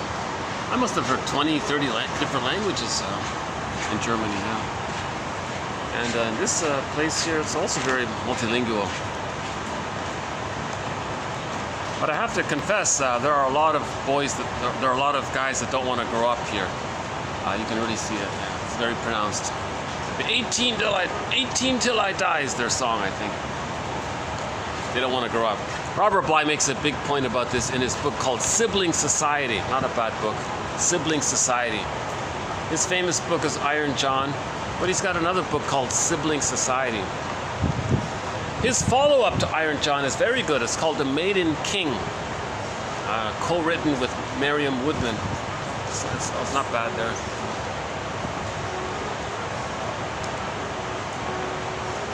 Okay. So that was 20. So that was just a short one about art, 2270. Got a long way to go to understanding the psychoanalysis of art. He could be saying what he wants. He can be saying what he didn't want. He can be approximating how he feels, but he doesn't know that he feels it, and he just somehow comes up with something, and maybe that estimates how he feels. Same with his wishes and thoughts. He can be angry if he wants to express his anger. Wishes. Yeah, the guy who drew the painting of Sisyphus or created the story of Sisyphus, there's art, right?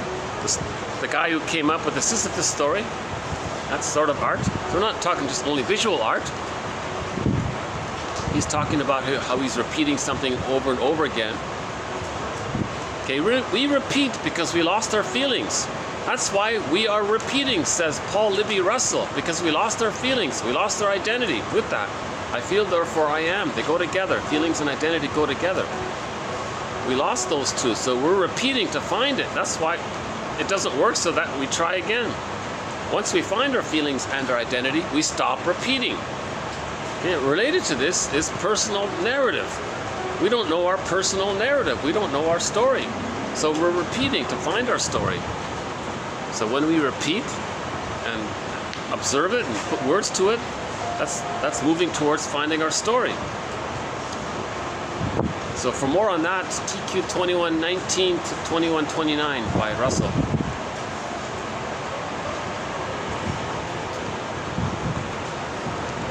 So, is that better? Sorry what the lighting is. Oh yeah, let's go. Oh, it's better this way, right?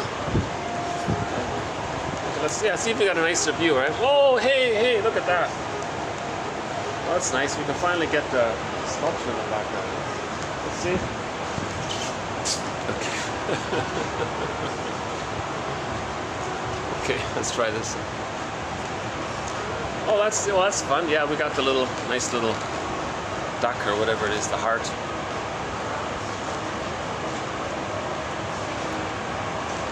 Oh, but then I'm distracted by what's in front of me. That's okay.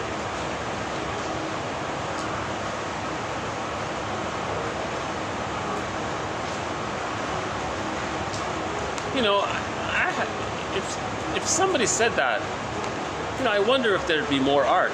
If a teacher said, "Hey kids, you sometimes have daydreams?" They go, "Yeah." "Fantasies?" "Yeah." Like you're a superhero or something? Kids will go, "Yeah." See if you can draw a picture about it. There might be a lot of new artists. You know? We need the art because it's part of our communication. Art is communication mainly from the unconscious. Not all, partly from the unconscious. It's both. It's a medium to make the unconscious conscious, right?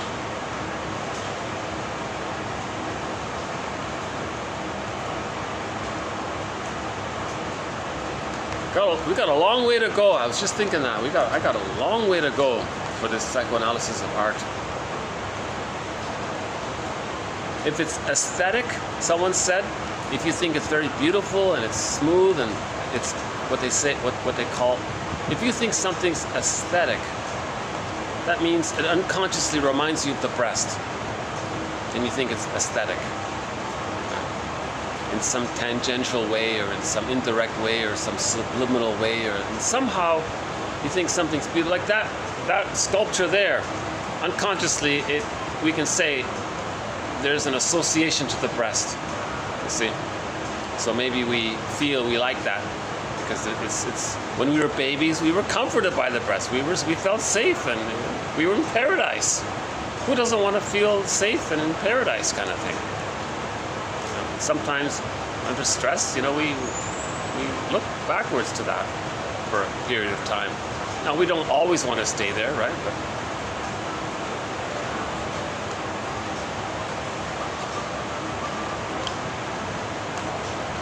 okay, the next one here. Uh-oh. Oh, I'm out of luck. Oh no. I'm out of battery. Really? Seriously? Oh, this is a very rare occurrence. Usually my battery can last at least 3 hours. It died on me within 1 hour. Oh, you're kidding. Yeah, no, it's gone. Oh, what a pity, because I was going to play some audio. I was planning to play a lecture by Kirsten Wilson. Very good lecture. And the song we had queued up, we're not going to play our song. And, oh geez. So the remaining quotes I won't be able to do in this video. I'll do it tomorrow. That's okay. That's okay. We'll do it tomorrow. Yeah. Time to get a new laptop. What a pity. But I gotta admit, this laptop, I bought this secondhand 20 years ago. It was it really that long ago? 15. I think about 15 years ago, I bought this secondhand. It was at an affordable, very affordable price, and it's been working for the past 15 years. I don't even know the true age of this computer, but it's getting close to the end. Yeah, had a lot of issues lately. Now if the batteries dawn on me, yeah. But I gotta thank the hardworking people in China who made this computer. It's made in China, and most of the money went to the company that commissioned the product. The workers probably didn't get much, unfortunately. Well,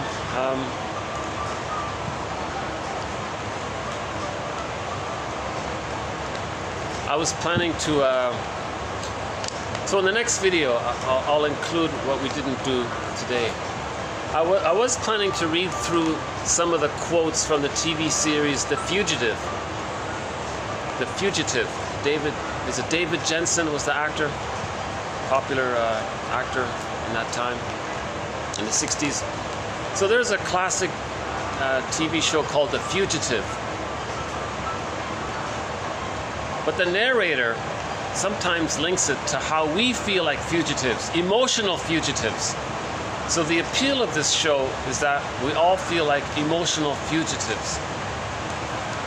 So one of the lines is, Richard Kimball, a fugitive from the justice he seeks. He's innocent, but they think he committed some crime and they're chasing him. And the whole show is about that. And he's always running from the police. But the police are the justice system. But the justice system is supposed to provide justice and find the real criminal. He's innocent. So we all feel unconsciously guilty. So the appeal of that show is it touches on how we all feel unconsciously guilty. Meaning, the baby takes it upon himself that there's something wrong with him if he didn't make his mother happy. If his mother's not happy, he thinks there's something wrong with him. In correlation with this, the baby must believe that the mother's all good. Out of that, if he's in pain, he concludes there's something wrong with him. That's called unconscious guilt. So the fugitive he's guilty. And we're fascinated with his quest because he's always running because he's guilty. Emotionally, we're kind of like that. So he's expressing an emotion. So there's art, right? So the fugitive, that story, it's a kind of art in a way, because there's a TV show about how we feel. So if there's some production, like a TV show like that, a movie, it's opera, a play. Oh yeah, the next quote was about plays. Oh yeah, okay. Just before the computer died on me here, the battery ran out. The next quote was going to be about, I don't remember the wording of it, but it was about why do some plays keep on playing, like the Agatha Christie one. Why is that going on and on, droning on and on about it? It's repetition compulsion. I've never seen it, but I'm assuming it's a mystery. We feel like a crime was committed against us. Right? The mother didn't meet our needs. That's an invisible crime. We feel unconscious guilt. It's like we feel like we committed some invisible crime. So there's an Agatha Christie story. There's an outer story of some crime, and we're fascinated with this outer crime and who's guilty, and because we feel like unconscious criminals, right? Meaning we feel unconscious guilt. Meaning when we were a baby, we felt bad when we were shamed. Did we do something wrong? Mother's not happy. We got to please mother because we're desperate for the attachment to see her as good. The gap that she's partly good and she's not good, we fill in the gap with the imagination that she's all good. So this Fairbairn calls the jargon for this is the moral defense. Now, the people in religion, they're not going to tell you about William Fairbairn's theory about the moral defense. Yeah?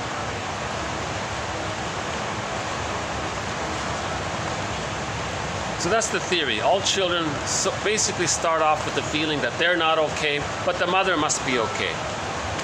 By the age of 3, this gets sorted out. It's I'm okay, you're okay, with differentiation. But if differentiation doesn't take place, he can still be stuck with I'm not okay, you're okay. That's the codependent pattern. But if he's severely traumatized and he can't even hold on to I'm not okay, you're okay, he identifies with the aggressor. The aggressor was the one-up one. The mother must be seen as fake good by the baby. Now he adopts that for his identity and says that he's okay. It's the false self. It's a phantom that he created. He takes that for his identity. Now he says others are not okay. Now when he says others are not okay, he's talking about himself, shamed, his shamed self, his true self that's been shamed, can't accept. He sees it onto others and says they're not okay. So that's the etiology of the mindset that I'm okay, you're not okay. That's a more aberrant, severe trauma. Right? This takes place if the child can't get past that 18-month stage. If he doesn't get enough love up until 18, he identifies with the aggressor and says that he's okay, others are not okay. Now the child who is loved up until 18 months and he's holding on to the original I'm not okay, you're okay, he passes into the so-called depressive position. Now we can borrow Melanie Klein. So there's the earlier phase, the paranoid schizoid one, and the latter phase where you're still holding on to I'm not okay, you're okay. That's sort of the depressive one. So that's another thread, Melanie Klein's theory about the positions. But if they don't get enough love between 18 months and 36 months, they're stuck there in the codependent, clinger, pleaser stage. Yeah, the waitress had an exaggerated response. I said, can I ask for a waitress to carry my coffee out to see? Certainly. Like, it was a very,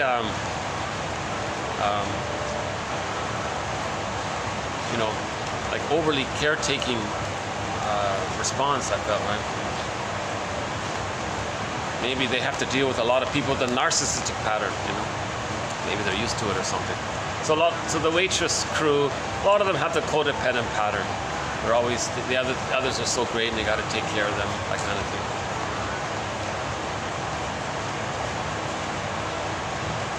So normal, natural, healthy. Oh yeah. So the next quote was about the plays, right? So why do these plays, these long-running plays? So let's look at the Phantom of the Opera one. I'm not that familiar with it. I don't even think I think I saw the movie, a part of it or something. I'm not really familiar with it. But if I'm not mistaken, it's an elaboration of the motif of Core and Persephone. We have our feelings. It's a core thing, right? When the baby's shamed, the image is the earth opens up.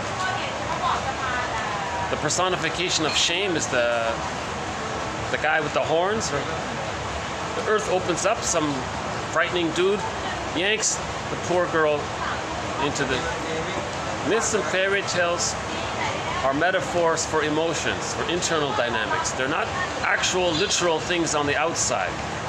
So the inferno and the hell scene, these are all pictures, artwork. It's artwork to describe the emotion of shame. The emotion of shame is this burning, biting feeling, right?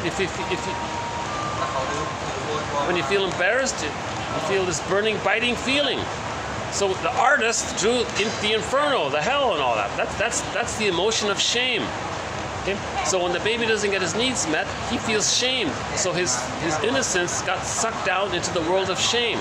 Okay? So the earth opened up, okay? And it went into the unconscious. So that's a common motif, right? In Iron John, the hand yanked the little dog down into the lake all the time, right? Iron John was down there. Hey, they're saving the orchid. Good, yeah. And they took the flower. Oh, sorry. Yeah, people look very at ease and relaxed in this hotel. It's got a lot of flowers, a lot of artwork. This is a nice little, it's got a good kind of feel to it, yeah. A lot of pillows, a lot of cushions, a lot of sofas, a lot of lighting, huge floor-to-ceiling windows, a lot of mirrors, paintings on the wall, artwork around by the huge flower thing in the middle. I can actually see, like, across the front windows to the road. You can actually see into the building across the street. Like, there's a lot of lighting here. Wooden artwork there. You got that there, and the elephants there, the orchid there, the greenery there. They really kind of make this homey, right? They're trying to make this beautiful. All of this artwork, this whole interior decoration, they're trying to make it homey and beautiful. So if you're at home, okay, the baby feels most safe when he's nursing at home. When we feel at home, they're trying to make this homey, right? And beautiful at the same time.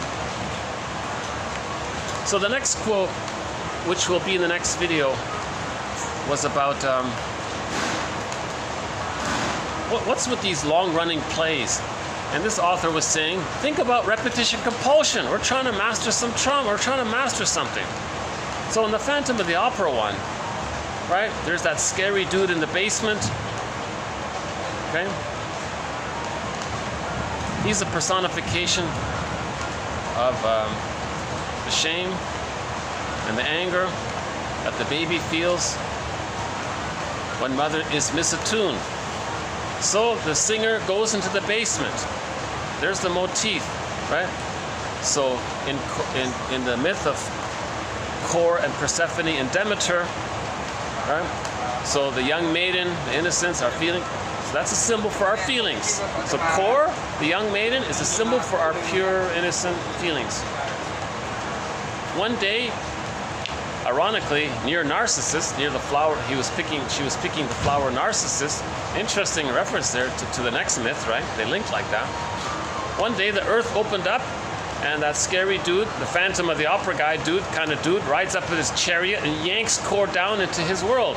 That's the unconscious. So that's the image of something of ourselves, a trait of ourselves, got put into the repressed unconscious in our brain somewhere, right? So that's a common motif.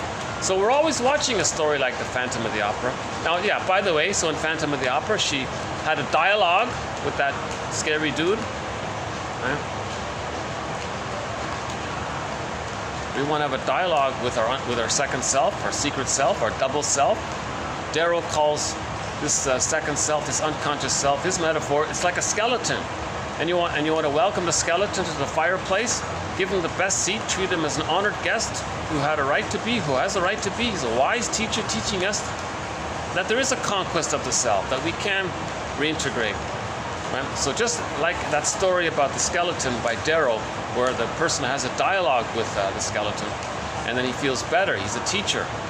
Right? So the unconscious, in literature, is the motif of the double. In the story, the student of Prague, the guy saw another guy. This other guy represented all of him that he didn't know about. He was supposed to befriend him. Oh, hi. Some traffic here. Oh, that must be. Oh, good. So the manager just gave a friendly little hi there. So they're okay with me here. Yeah, they're really friendly here this time. I gotta admit, I won't name the names, but I went to 3 hotels. So all of my videos for the past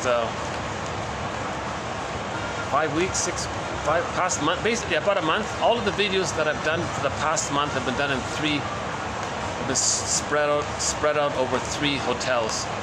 I have to say this is the friendliest one here. Yeah, I love the rooftop one. But this place is a little special, yeah, in terms of all the flowers.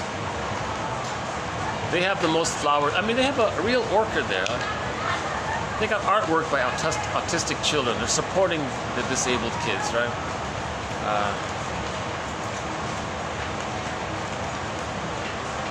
They got a variety of artwork, like the wood and the marble, and the nice tables here. I'm gonna guess that's walnut or something. And the second floor, you got all that romance there with the candles.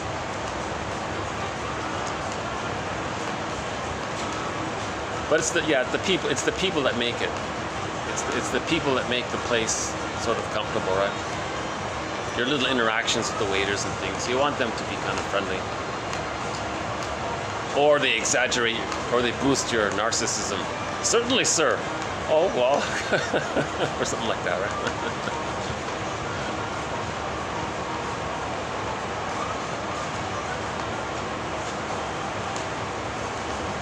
Yeah, most of us have narcissistic, the trait. It's not our personality, but we may have the trait, or we have some residue of it. It's never completely gone. And under stress, we can regress to it temporarily, but then we go back to our normal one. So a person with a codependent pattern, if they're stressed, they can go back and regress to the narcissistic pattern. A person with a narcissistic pattern, if they're stressed, they're always pretty hostile and they're consistent in their hate, and they have this pseudo egotism constantly going. But if they're flawed in that, they can regress to the bully pattern. So the Swiss cheese narcissistic pattern is the low functioning BPD, because they regress back to the bully pattern and they flip back and forth. Gratstein says that the low functioning BPD is a fusion between the bully pattern and the narcissistic pattern, and flipping back and forth. The narcissistic pattern is pretty consistent in their pessimism and their hate, their negativity and their shaming. But if they don't get their narcissistic supply, they can revert to the more bully pattern, be belligerent, and then go back to the narcissistic patterns. And they're going back and forth all the time. So I'm just calling that the Swiss cheese narcissistic pattern. Now the Swiss cheese codependent pattern, that's sort of, the codependent pattern has some love and care. So they're the higher functioning BPD pattern. And when people talk about the BPD pattern, I think they unknowingly blur them all together, so they're so confused. So I think there are two BPD patterns: the Swiss cheese codependent pattern and the Swiss cheese narcissistic pattern. Okay, Swiss cheese depressive pattern, Swiss cheese depressive, Melanie Klein's depressive mode of operating or experiencing, or the lower one, the earlier one, the Swiss cheese. The lower one, that's the paranoid schizoid. Oh, you don't need this. Okay. So the earlier one is the paranoid schizoid mode of experiencing. The latter one is the depressive one. The depressive one is you feel bad if you hurt the one you love. You can see the two sides of the mother. In the paranoid schizoid mode, it's just either or, splitting. Goddess and demon. The baby's nursing. The breast has to be good. It's not good. No, it's not. That's not his mother. He'll make up a good mother. And think they're two different people. Like in the myth or fairy tale, goddess and demon, they're separate people. Hero and villain, they're separate people. But the two are actually the two aspects of one mother. So okay, so back to the Phantom of the Opera. So maybe we keep on watching this because we have strain trauma. We have developmental trauma. A lot of people have relational trauma. Mother was always misattuned. Every time the mother's misattuned, whoop, this core gets sucked down into the unconscious. So there's a character there that yanks down core. Now, when core came back up into consciousness, so when we accepted that we were shamed and we brought it into consciousness, this new, wiser, wilier, wiser version, wily Odysseus, wily, wiser one, that's Persephone. Now, Persephone is sort of, it's the wise, the wisdom is Persephone. So when we get some of that wisdom about ourselves, that's Persephone. So Persephone is sort of a treasured character for a lot of women's groups. They talk about Persephone. Now all of this is in the mind of Demeter, and this whole myth can belong to anyone. So Demeter, Persephone, and Kor, the Hell guy, they're all parts of one psyche. Myths and fairy tales are meant to be treated like dreams. They're soul stories. They're true on the inside, describing our inner conflicts, describing our inner world. They're not literal on the outside. They're not separate characters. They're all fantasized personifications of different groupings of feelings around different themes. So we keep on watching something like Phantom of the Opera, I guess, because we're trying to be aware of this, because we recognize it. We recognize it. It's uncanny. We recognize it, but we don't understand it. So ideally, at the end of the play, Phantom of the Opera, a couple of shrinks need to come on stage and have a discussion with the audience about it and explain it. The audience came in, they saw a dream on the stage, put the music, fine. Now at the end of it, they saw the dream. Now we need the dream interpretation. So that's what's missing. We need the shrinks to come on stage to provide an interpretation for the audience, or help or engage in a discussion with the audience. Treat the audience like clients. And that was their dream. And the shrinks play that role. I think that would be an evolution in the moral revolution, feeling ourselves. It's not enough just to see the play. We keep coming back. Well, what did it mean? I don't get it. So we come back again. What did it mean? And we never get. We keep trying again and again. So we need psychoanalysis because it's giving us some jargon. It's giving us some concepts.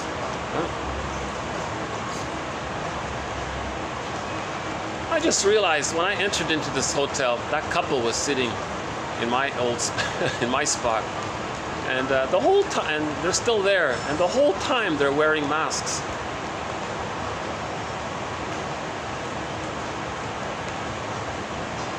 I guess they're not married or something. Maybe they're in the dating phase or something.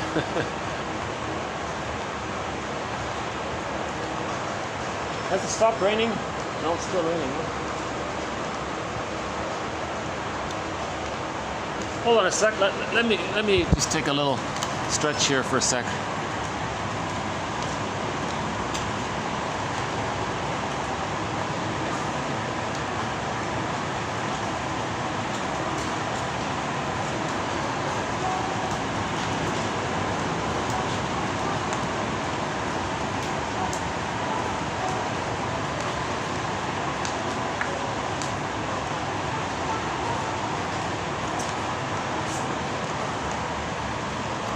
Okay, so we'll begin the next video with that quote about long-running plays, that it's repetition compulsion. We're trying to understand, we're trying to see it and know it, master it.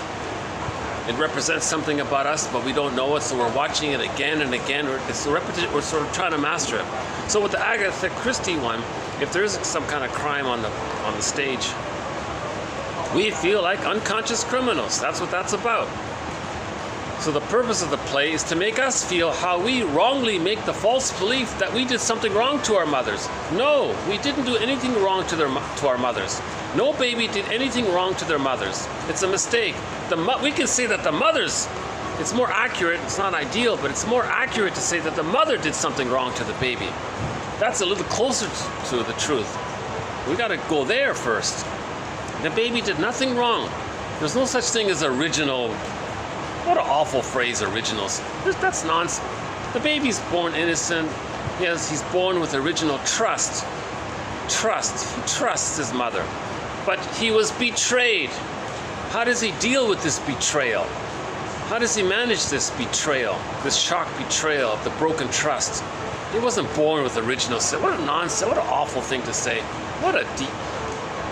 He was born with this trust. How does he manage this betrayal of the trust? What does he do in the mind?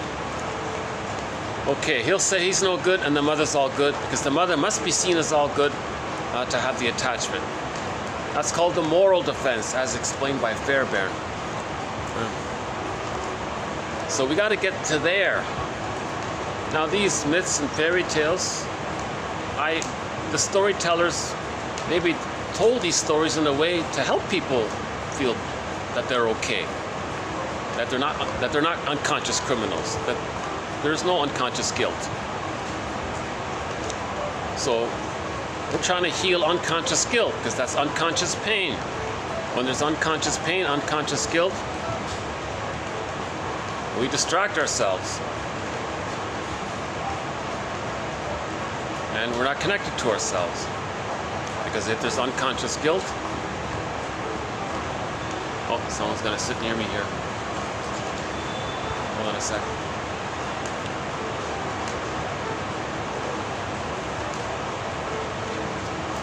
Well, if these people are going to sit right there, let's see if there's any other place I can go. Oh, maybe let's see if I can go back here. Hold on a sec. Let's see if I can get to. Oh yeah, I don't need my laptop. I can do a walking thing here. Let's go behind here.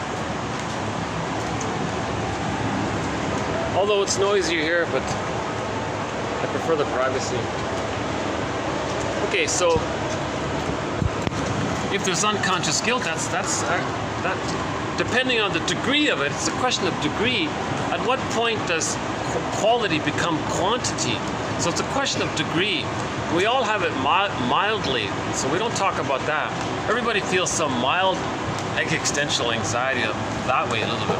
We're not talking about that stuff. If it's more dramatic. Well, that other area is occupied. Let's see, are they still there? Oh, they're still there.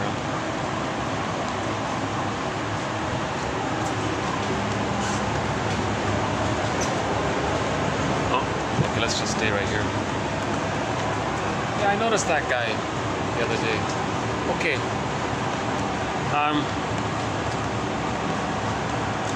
Yeah, that guy interrupted a couple of my earlier videos. Yesterday I had to pause and start again. A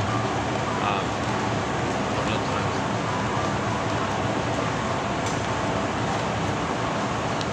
Yeah. So he's a little, his behavior is a little triggering, yeah. So when you feel anxiety, go back to the 5 words. So when I feel anxiety, so we talked about the 5 words. What's the hardest thing about, and you fill in the blank. So what's the hardest thing about getting triggered while you're making a video? Well, it's embarrassing. That's the burning, biting feeling. That's the shame feeling. So that's a trigger. In your childhood, I wanted to express. It was interrupted. I felt angry and shame. So that comes up again. So every time there's like a little. So that can happen maybe. But the reality is, there could be a variety. It could be coincidence. There could be a variety of reasons.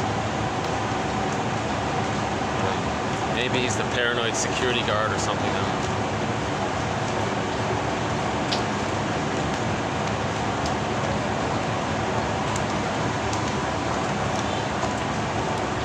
Still there? Yeah, he's still there. Any other place I can go to? Hold on a sec.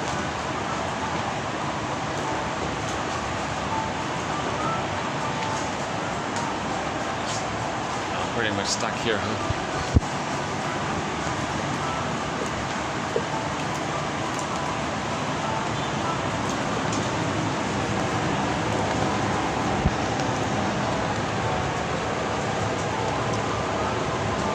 Let's see, maybe I can do it over there.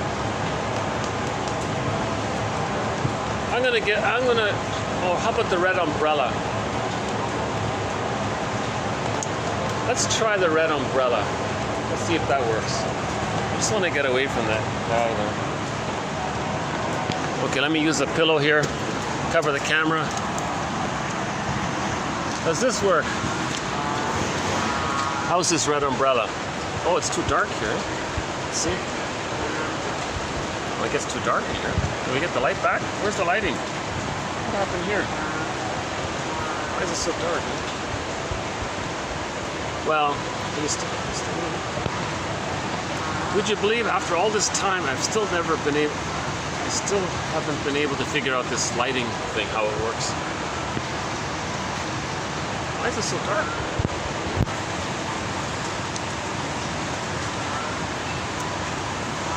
Well, that's okay if you can't see me.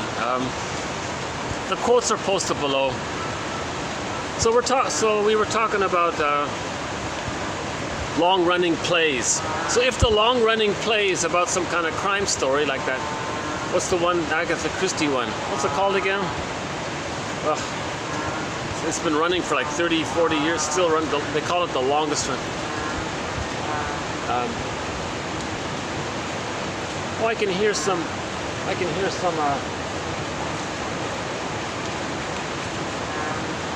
Oh, I thought it might have been a duck or something. No. Oh, no. I don't want to get water into this thing. It'll be a goner, right? Yeah.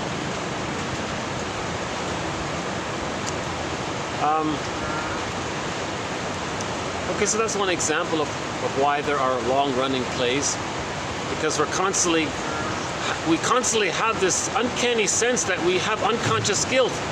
On the stage, there's a play about some kind of crime, and they're the criminal, not us. So it's this packaged outward focus, and we have this vicarious identification. So we're fascinated by this, we're drawn to it. Now, it's never brought to consciousness, because at the end of the play, we don't have shrinks on the stage, right? Analyzing the dream, our kind of dream, right?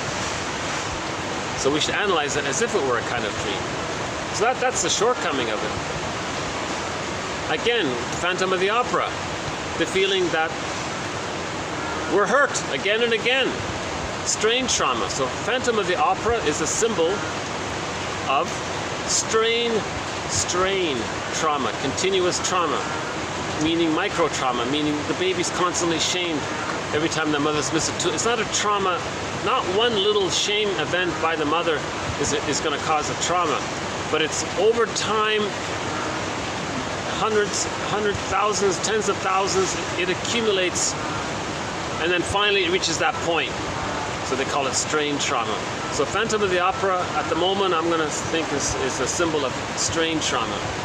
The constant abduction of core into the underworld, the unconscious. Okay. Also, we'll do a quote. Yeah, Richard Kimball. So we got a bunch of quotes. So that show Richard Kimball. You know, Richard Kimball, a fugitive from the justice he seeks. We all feel like emotional fugitives. That's again with the unconscious crime. Well, for Richard Kimball, the road is his home. A friend is a surprise. Yeah, I wanted to read the Richard Kimball quotes. Actually, they're already posted below. No, I mean in an earlier posting, but the commentary got lost. I lost a lot of commentary. All of my commentary this summer got lost. A mystery. There's the mystery that I'm interested in. I started to get double-digit views, 20s, 30s views this summer. I thought, okay, now it's working. I'm getting, people are interested, and my delivery was better. It reflected it, and then suddenly, mysteriously, those 17 good videos.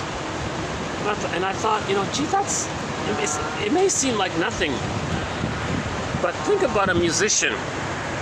What if somebody wiped out 17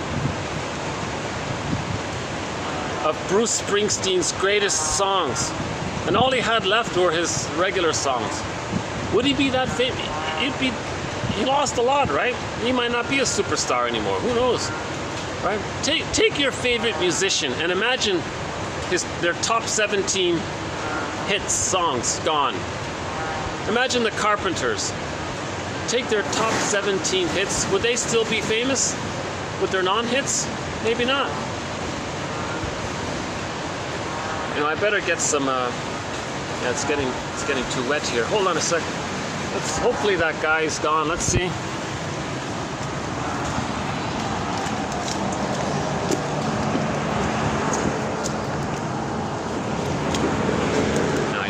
Still there. Let's try that. No, I can't go there. Well, it's either here or the umbrella. I've got the lighting here, so maybe we'll just stay here. So we'll do the Kimball quotes in the next video. I'll play that speech by Kristen Wilson, a very good one. So that'll be for the next video.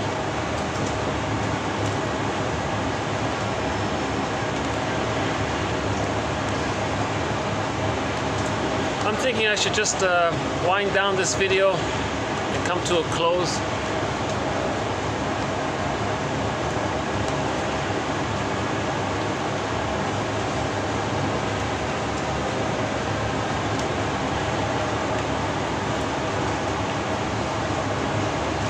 It's always distracting when people just look at you and stare at you. I think people are curious, you know, what's he talking about or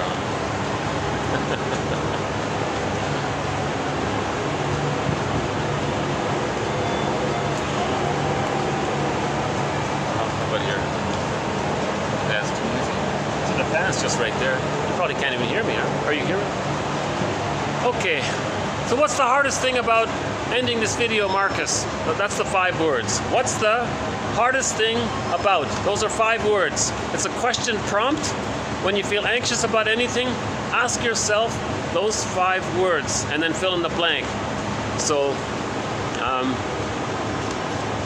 this is related to my separation anxiety, and closing the video at a point where I would like to close it on a happier note, but I feel like I've got so many distractions and it's just going to increase, I think. So I'm going to close the video not at a point that I would like. So what's the hardest thing about closing this video at a point that you don't want to end on? Well, I want to leave on a happy note. I want my imaginary viewers or my possible future real viewers, when the video ends, that they feel that non-anxious, that they feel pleased enough to then click the see more link, the more link or the see more link, depending on what it is you're on, to read the quotes and maybe order the collection. So I want a positive interaction like that. If I end the video on an anxious note, they may discount the quotes based on the presentation. I don't want that, right? That's called the ad hominem fallacy. If the messenger doesn't perfectly embody the message, that doesn't mean the message is necessarily wrong. The message, these are great quotes. I really want to convey that. These are excellent quotes. This is the only source of material that covers the work of Edmund Burglar. Nobody's covered it. Nobody's talking about Edmund Burglar's work. He's the #1 most prolific author of psychoanalysis direct into the English language, and most people have never heard of him.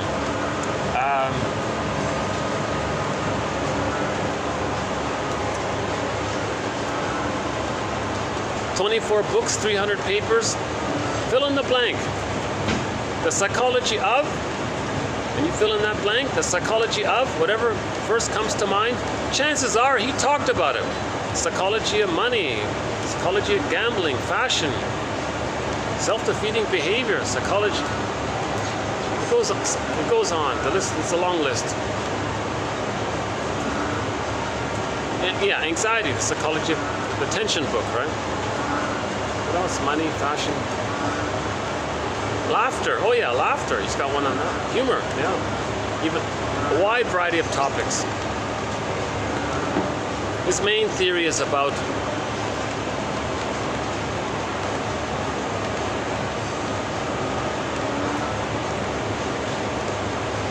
the child blurs their pleasure for mother with the pain with mother. Mother's painful. The child has pleasure to bond with the mother. What do we do with that situation? We can't accept this. The child can't filter that out. You can't separate it. It's blurred there. It's very painful to always feel pain with your pleasure. That's called the pleasure and displeasure phenomenon. So we distract ourselves from this. So that's the original crime, that one there, right? That we blurred our pleasure with the displeasure of the pain. We can't face this. So we confess to a lesser crime, he says. The lesser crime that we confess to is some dysfunctional behavior or some pseudo activity. And that pseudo activity always keeps us unaware of the original crime of blurring our pleasure from other, but being pained by it, and we feel bad but we need the pleasure of being connected to mother, so there's that kind of blurring there. And we feel, and there's the unconscious guilt from that. He calls it the libidinalization of pain, psychic pain, the libidinalization of guilt, the libidinalization of shame, right? Right? Shame becomes like pleasurable because of the blurring there. That's what he means. So that's a deep unconscious guilt for that. It's hard to face that. And Burglar's, he makes an analogy with the courtroom. The judge says, no, you can't admit that. You can't face that. You got to. And then the soul's attorney makes a deal with the district attorney to get the client, the soul, to agree to a lesser crime. That they're not guilty of that, the original. They're guilty of a lesser crime, so they're going to be an emotional eater, or they're going to choose wrong partners, do something dysfunctional. The judge says, okay, we'll let your client agree to this lesser crime, and we're not going to face this other issue. So we're not facing the deepest of the unconscious guilt. So we watch the play like Agatha Christie, play, and then somebody's guilty. Or we read a novel, one of these, or we watch TV, a TV series, Perry Mason, or we watch some kind of crime drama or something. And we're constantly, a lot of crime drama shows, because we're not getting at the core of our unconscious guilt. We just watch these packaged fantasies on TV that someone else is guilty. So we're externalizing so we don't feel that it's internal. At the end of the TV show, when the episode is over, you don't see shrinks come on TV talking about it. That's the problem. And because we're not making this conscious, we're repeating it. So now it becomes a long-running play. So now you can have some kind of crime drama that goes on endlessly, right? What's the longest running crime drama? Whichever one it is. What is it, Law and Order? No, that's not that one, CS. There's so many, a lot of them, right? Because we're not, so why are we repeating so many crime dramas over and over again? Why are we repeating, what's going on with this? Because we're not conscious of the deepest unconscious guilt, that when we were babies, we made something pain, we blurred in our pleasure, and we feel very bad about having pleasure. And so now this manifests that if we do something dysfunctional, that keeps us in touch with the mother, because we're bonded to the mother, and a trauma bond with the mother. How's the lighting here? I don't usually do these things at night. Oh, maybe I can do it this way. Is that better? That's a little better, right? Unless that guy he's still there. Is that? Oh, good, he's gone. Hey, maybe I can go back inside. Hold on a sec. Hey, what's going on here? That couple's still there, but let's see. Maybe I can go, there's more light inside. Yeah, okay, it's just those two couples. Let's just finish this video inside.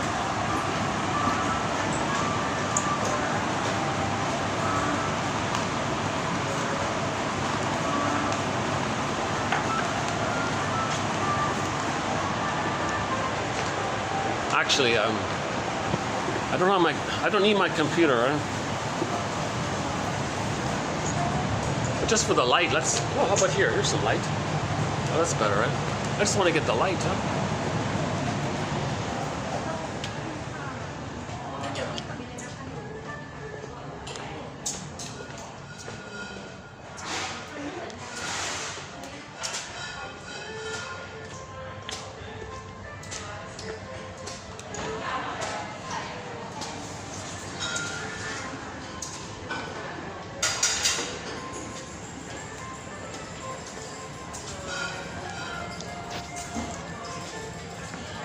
So I mentioned this yesterday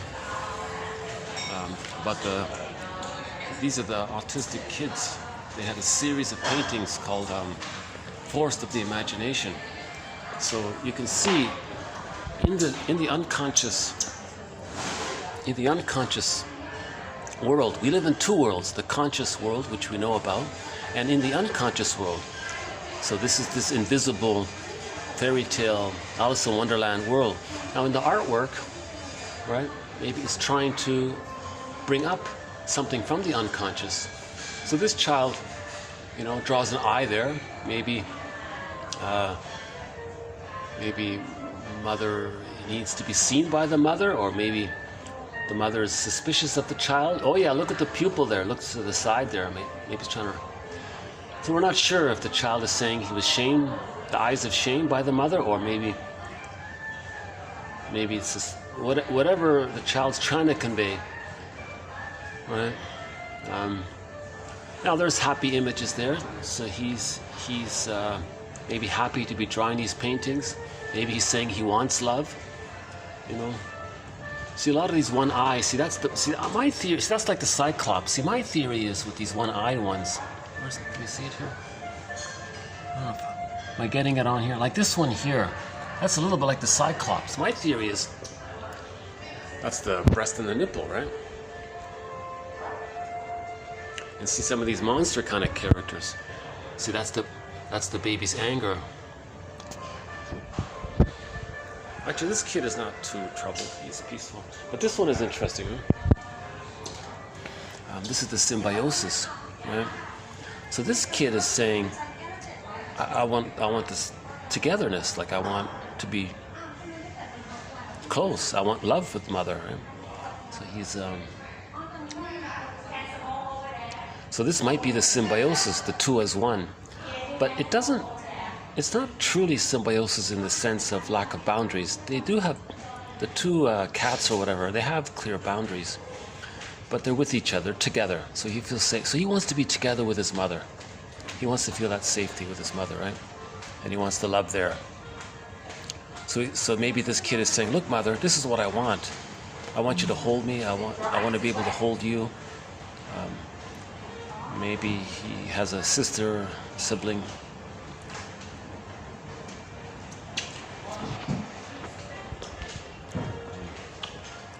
Okay, hold on. Let's pick a chair here. Pick this one down here.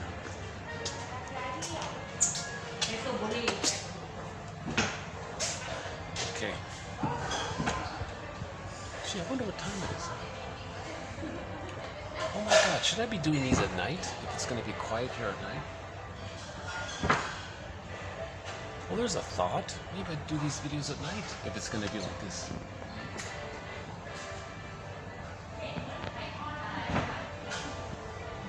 I'm just curious, what time is it now? 10 to 6 p.m. 10 to 6 p.m. Again? 10 minutes to 6 p.m. Oh, 10 to 6. 6 o'clock? 10 to 6 ค่ะ I can't make it out.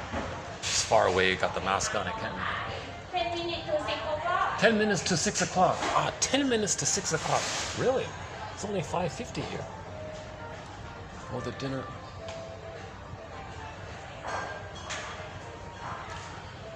Okay. I was expecting her to say like 8 o'clock or something. Maybe my expectation blocked my ability to listen clearly.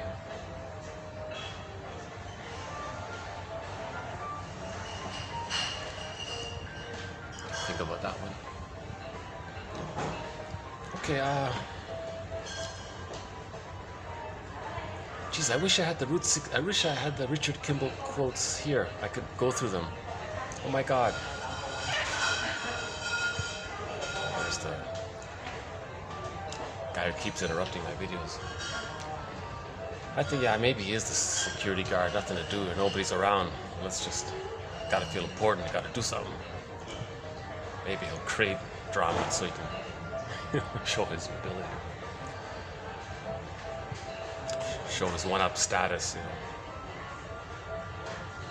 But being a security guard, you know, maybe that's a positive magic gesture.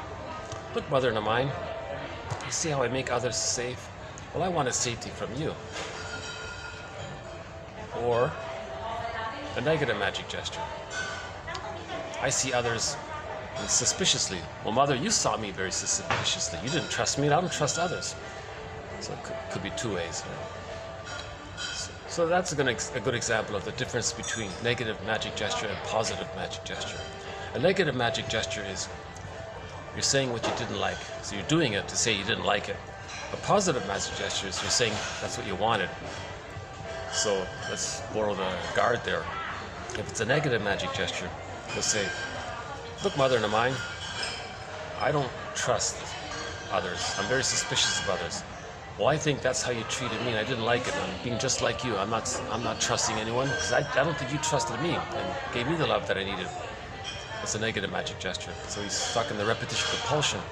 Now who is he talking to? The mother in the mind. The mother in the mind's not going to fly out of his head, travel to where the mother is. They're not going to travel back in a time machine and change the past. So it's a repetition. Now positive magic gesture is maybe he's saying, look, mother in the mind, you see how I protect others? Well, that's what I wanted from you. I wanted you to protect me. So that's sometimes called sublimation, using your energies for something socially useful.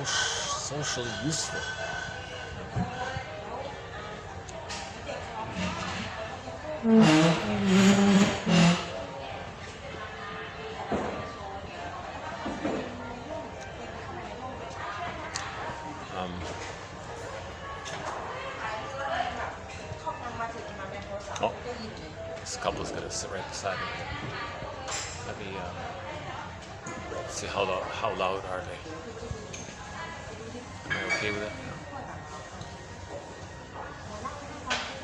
Let's let me move one down then.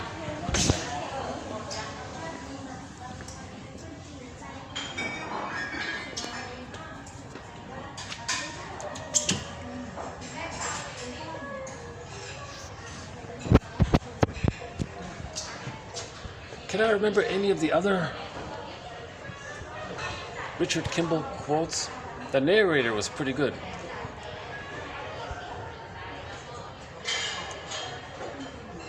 Richard, I think the scriptwriter was in touch with this. He was getting people to kind of link their feeling of how they emotionally feel like him. He's expressing outwardly how we feel inwardly. As beloved, so below. He's expressing how we feel. It's like the art. Remember, the art expresses how we feel within. So that child, the painting there, feels within this yearning for that safety. It's a wish. So we feel like an emotional fugitive from the justice he seeks. That is repetition compulsion. He's seeking for a mother's love, and he's always being shamed by her. The baby's in a double bind. Richard Kimball's in a huge double bind. If he seeks justice, they say he's guilty. You see? If the child says, "Mother, love me," and the mother, "Oh, you want love," and then she shames him, he's in a double bind. The child's in a double bind. So what does he do? He disowns all of his feelings. It goes into this bag. It creates the second character called the second self, the double self. Now this character in there that represents all of what he disowned, it's unconscious motivation. So that's synonymous with unconscious motivation. That's the beginning of this video, unconscious motivation. Now he wants to be seen. He wants the totality of the person to accept him into him. You know.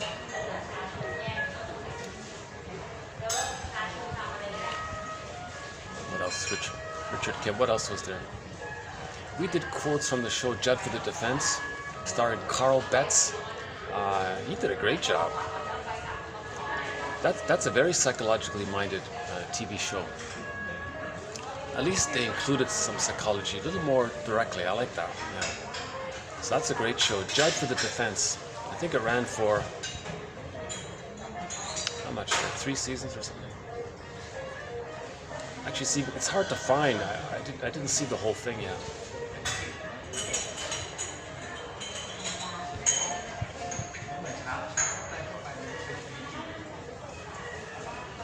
Yeah, Route 66 is psychologically minded. We've got a few quotes.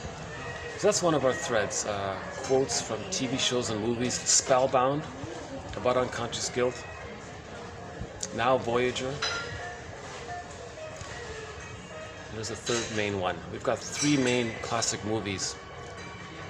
Spellbound, Now Voyager, Lady in the Dark. So Lady in the Dark, Now Voyager, Spellbound. We've got quotes from these 3 shows. Any sitcom that has some psychology in it, I look for them. I think, oh yeah, yesterday we did a quote from the TV sitcom Anger Management. And the therapist there said to one of the clients who had the bully pattern, and he uses very shaming, hard, aggressive humor. And he said to him, you know, you do this with your humor. You put others down in this way because you feel inferior. So you say these things to make yourself feel better, to soothe yourself. So psychology is entering into the culture. We need this.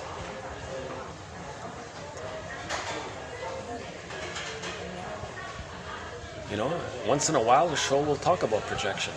It's got to get in. Got to keep make the unconscious conscious. The more we make the unconscious conscious, the more we have our identity, the more we feel, the more it's I am okay, you're okay. The more there's too much pain in there, the more we're doing drastic things to get our attention to see that there's pain in there. But in the process of doing that, we're operating out of the desperate mode of the false beliefs we created to cope with the trauma. I'm not okay, you're okay. I'm okay, you're not okay, or I'm not okay, you're not okay. These kinds of traumatic conclusions, existential conclusions.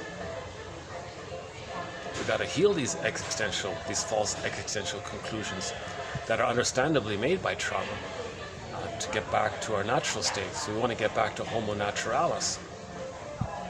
Homo naturalis it's the tolerant personality. That's the norm for humans. We were like that for 150,000 years apparently, but it switched when we discovered, well, one theory is we switched it 10,000 years ago with the plunder panic and creating the prejudiced personality to create a pool of poorly paid workers.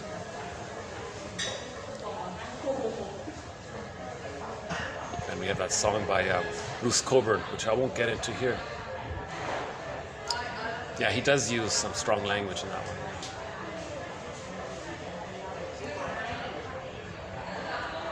Yeah, I think the plunder system co-opted him.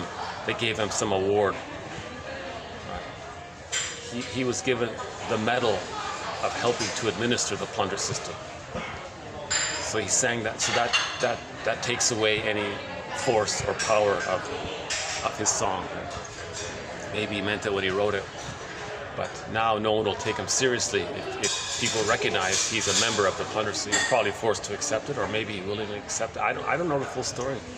Actually, I'm tempted to think maybe he did sell out because he has all these religious stuff. He's into all this religion now. Oh my God, really? This lifetime of self-reflection? Come on. So he didn't take it deep enough. He didn't really do a psychoanalysis. He kept things kind of superficial, I guess. I don't know the full story. I don't know the full story with him. But he's got some great songs. We've played Stolen Land. You see, here's a really uncomfortable thing to say. Like he says in that song, when are you going to realize the world wasn't only made for those with a shade of beige tone of skin? When are you going to realize that? What are you going to do? What are you going to do to make it right?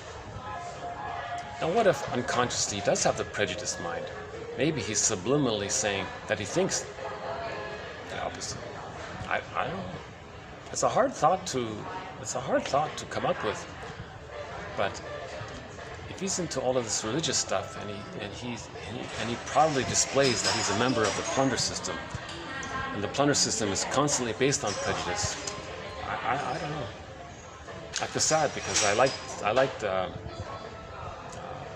some, not all of it. We played Strange Waters. That's a good. He's got 2 versions of that. The earlier one, it's an instrumental. Strange Waters. That's a good song. The Coldest Night of the Year. That's a great song. It's probably his best song. The Coldest Night of the Year. Stolen Land. The live one is very good. And that one about the plunder system that I don't want to name right now. That's a good song. Yeah. Okay. The song is another time. Because if I mention the name of that song, it's going to open up a hole. He's talking about the plunder system, but we give it a different name. We give it a nice sounding name. Because when people pillage, they have a party.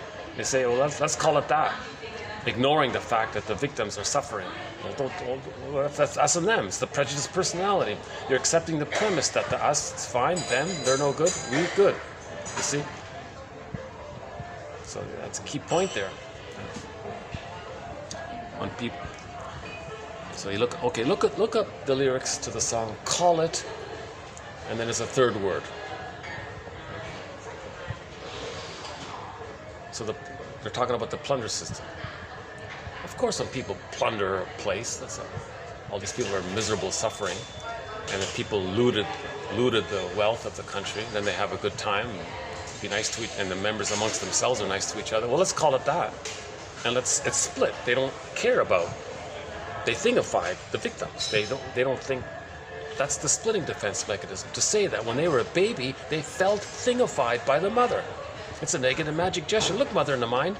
You see how I objectify others? Well, you objectified me. You see how you exploited me and used me? Well, you see that's what the plunder system. That's what the plunder system does. It objectifies, uses others, right? So we're stuck in this. We're stuck with this problem of splitting. This is one of the most important threads in 1001 Windmills of the Mind. This thing about the splitting defense. You know. Let's see, my computer's still out there. Let me bring my computer back in. No, I should have carried it. Let me get my computer. Hold on a sec. It's night. It's outside. Well, it seems okay actually. Maybe that paranoid security guard will steal it. Sorry, I'm just kidding. I don't even know if he is the security guard. It's just this. There's this odd guy here that kind of interrupts my videos a lot. Maybe he's a fine guy. I gotta talk to him. I don't know. See, it's a question mark. I don't know. But yeah, the management's nice there. They've got this real beauty queen. She's sort of the manager. She floats across the floor. Very graceful, very extremely pretty girl. And she's nice to the guests. And she said hello to little old me. Oh, wow. Okay. So I guess, yeah, okay, so if they hire a beautiful manager and she's in the public, that's considered aesthetic. Now you're associated with someone who's the eagle ideal. That means you and your fantasy, well, you're a little connected there a little bit because you see them. Now your super ego, your inner critic, is going to calm you down. So there's the reduction of anxiety, because if you feel somehow associated, then your inner critic is going to, because you're closer to you being important through the association, so your inner critic is going to calm down. So Bergler says the inner critic calms down when you have something that makes you feel important. So just his roundabout way of saying it. Bergler does use a little excess jargon when it's not necessary. This courtroom metaphor, it's a little convoluted. I get it now. I finally get it. I finally get Edmund Bergler's courtroom metaphor to describe his theory about psychic masochism, pseudo-aggression, confessing to the lesser crime. I finally get it. For a while there, what's with this courtroom metaphor?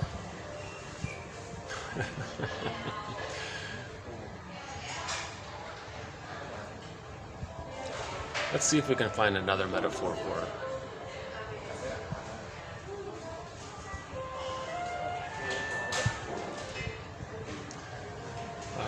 One early rendition I had for Edmund Bergler's theory about psychic masochism is that I call it the 4 steps. The baby has a wish, that's step number 1.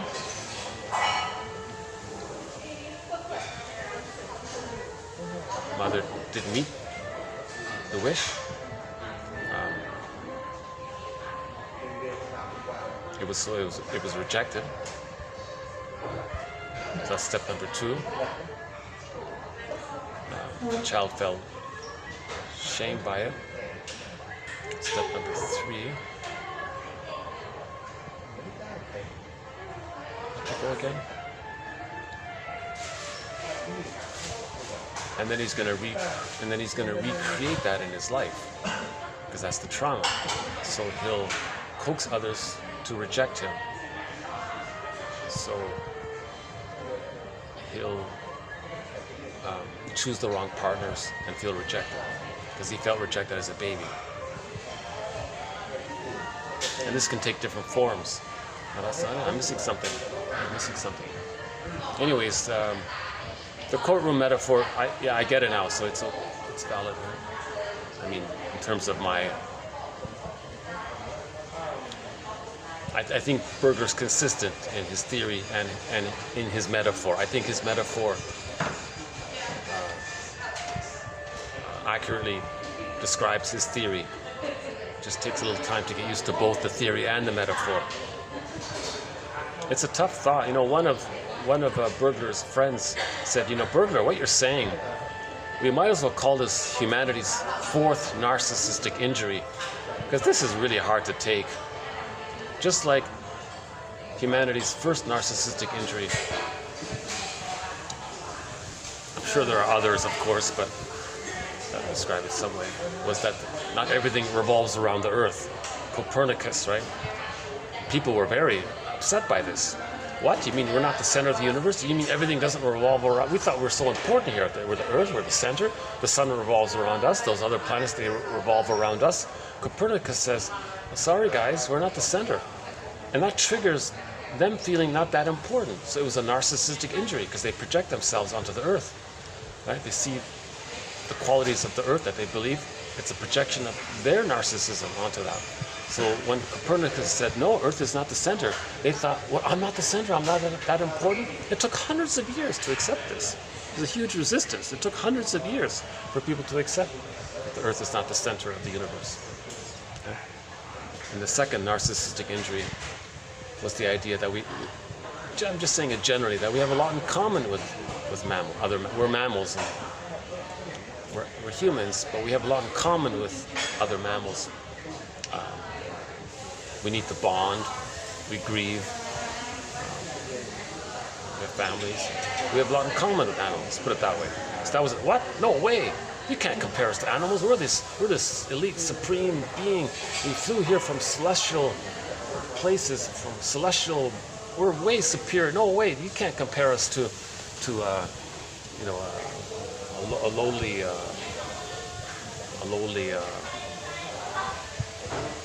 deer or something. You know, you can't compare us to any kind of mammal out there. Well, wait a minute. Mammals have families. We have families.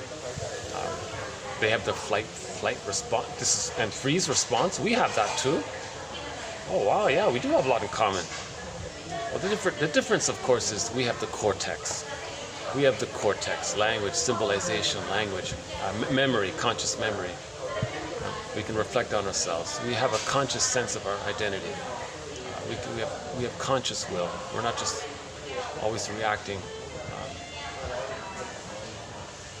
But we have a million so-called needs for affiliation, for connection. Right? The deer is in a group. Humans form groups, kind of thing. They play, we play. They cry, we cry. Elephants, there are pictures of animals crying, they said. It wasn't a trick, apparently. Or we could see the dog. You can look at the dog. He feels sad. You can see that he feels sad. Dogs have emotions. We have emotions. So we have a lot. So that was. But recently we had a quote that said, Darwin, don't think that great about him. He was part of the plunder system. Because I don't know exactly if it's specific to him or if it relates more to his colleagues, but a lot of people who wrote material about others didn't want to face that they felt emotionally undeveloped. Then they wrote in their books that these other people who occupy lands that we want to take, they're undeveloped. And then someone came along, you mean they're primitive? Whoa, they're undeveloped. And we're developed, so we're doing them a favor, are we? So they came up with these rationalizations. Awful stuff. Ugh. Painful, angry feeling. I get a very painful, angry feeling about the lies and the hurt inflicted on In Newfoundland, what is now called Newfoundland, what's been called Turtle Island for 50,000 years. So on Turtle Island, sort of in the northeast part of Turtle Island, there was a group of people called the Beotucks. Didn't even know about them. When the people came over, I guess they call it the principle of discovery. If we find some land and we want it, and there are undeveloped people, emotionally undeveloped, well, they say undeveloped, they mean their own projection, undeveloped people, then we can take it. They call it the principle of discovery. But that's a euphemism for the plunder system. And it's based on the assumption that we are projecting unknowingly how we feel emotionally undeveloped, arrested development, stunted development. If a person doesn't have I'm okay, you're okay, that's stunted development, emotional undeveloped, then we just say, oh, those indigenous people, maybe they're not developed. Oh, so then it's okay, we're the advanced ones. So that's a huge, angry, triggering lie, you know. They're actually more developed. They're more developed because they have I'm okay, you're okay. They hold their babies skin-to-skin contact. The temperament is calm, friendly. Of course, now they're being constantly barraged by conditions to make their lives miserable. So they're under stress. So it's hard to see it, but they're still holding on partially. Right? Indigenous people are advanced emotionally. We should be learning from indigenous people how they raise their children. And what happened to the children with indigenous people? Hundreds of thousands of them were ripped apart. They broke all the families were broken. In the 60s alone, 20,000 babies were ripped from their mother's arms. 20,000. Oh, suddenly got so dark here. Oh, this is candle time. Oh, I see. I'm gonna get a candle. That's nice. Get some more light. there are the candles coming.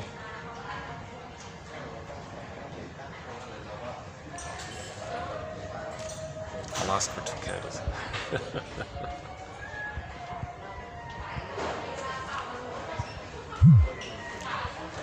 Oops, how are we doing?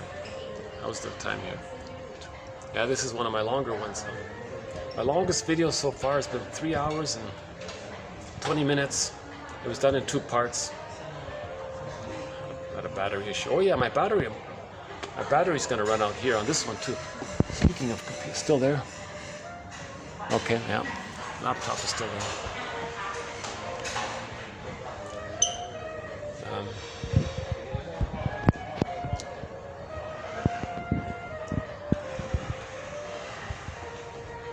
What else? Oh yeah, the Beotuck people. They were massacred. That's what the documentary said. And the documentary pointed out that there are some artifacts so we know about them. They had a language, they had a culture, they were a people, they lived there for 50,000 years or whatever. And they interviewed someone, and she said that she thought that she might be a descendant of them. But some of them escaped and blended in with the Mi'kmaq, another major indigenous group. So there are a few, according to her, there are a couple of Beotucks still around. But she doesn't even, did she know her language? I don't even think she knew her language or anything. All we have is the museum, the artifacts. But we know the story. Indigenous people taught the people came over how to survive the winter.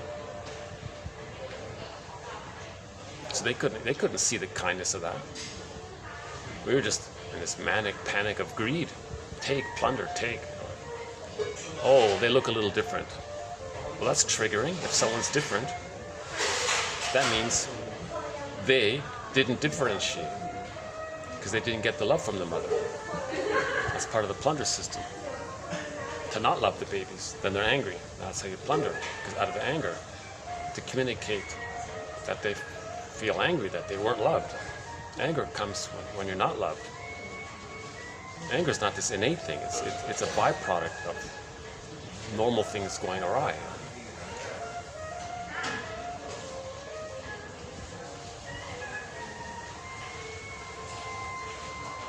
We're talking about psychology and emotion and all that.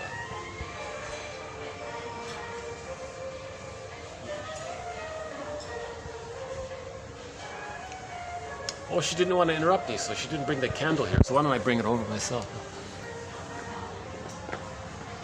Okay, there's a cute little candle.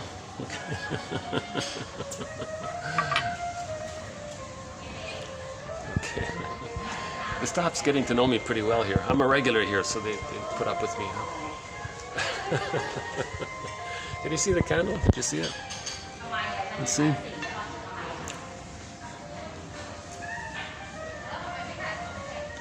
It's not quite showing up, is it?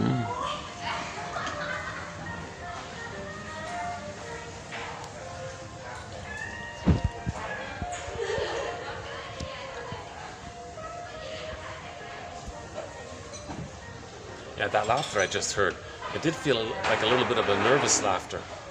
So if they're on some kind of date, he probably brought up something that made her feel anxious. So she felt relieved, but she was carrying some anxiety around it. He probably said after our, leave him alone. He's courting her, maybe. It's obviously working because they've been there for 3 hours. Yeah, because they were there when I was here. So they've been there at least 3 hours together, cuddling like those two cats in the painting almost. No, that's not right. Scratch that.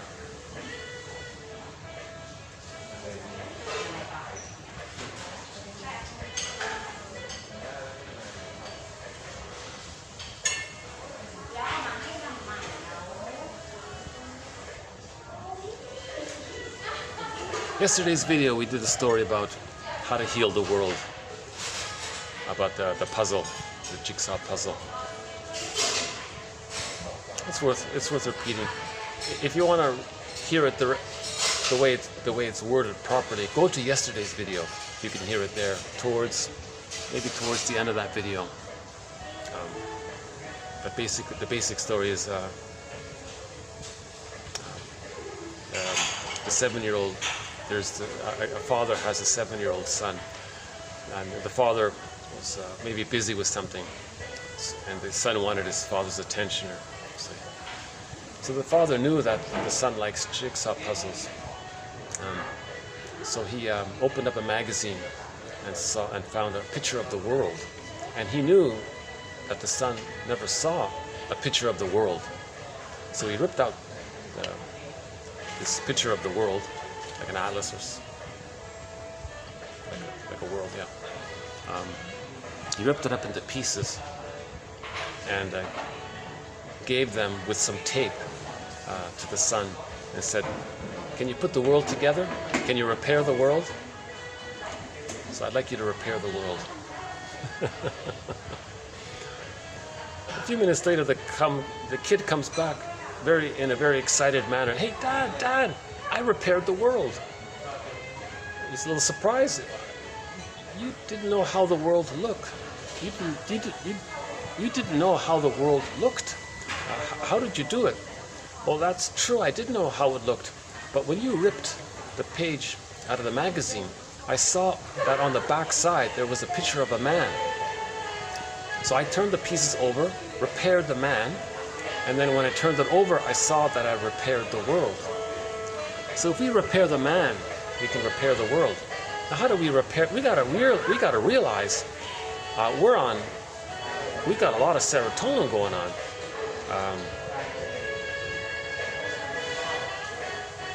So we gotta learn to maybe find psychological birth, so we can have pleasure from our identity. We gotta find our identity, then we feel safe. If we don't have our identity, we're referring to this overload of serotonin, I guess. So there's the pillage and the plunder and the panic to get that serotonin. But if we have our identity, we feel pleasure that way, then we can make the transition from this stimulated serotonin to like a natural, organic, from within sourced source-based serotonin coming from this identity.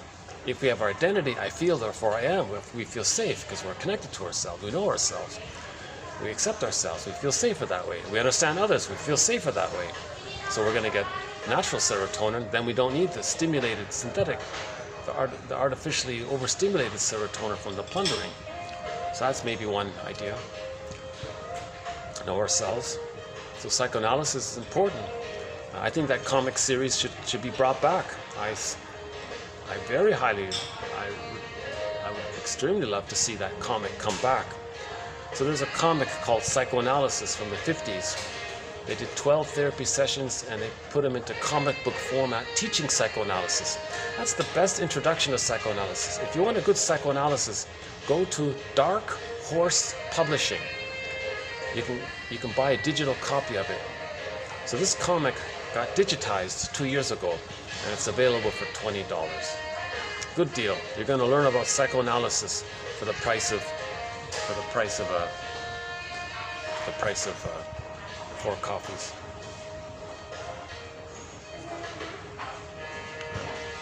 Three coffees, actually. If it's in this place, it's for the price of 3 coffees.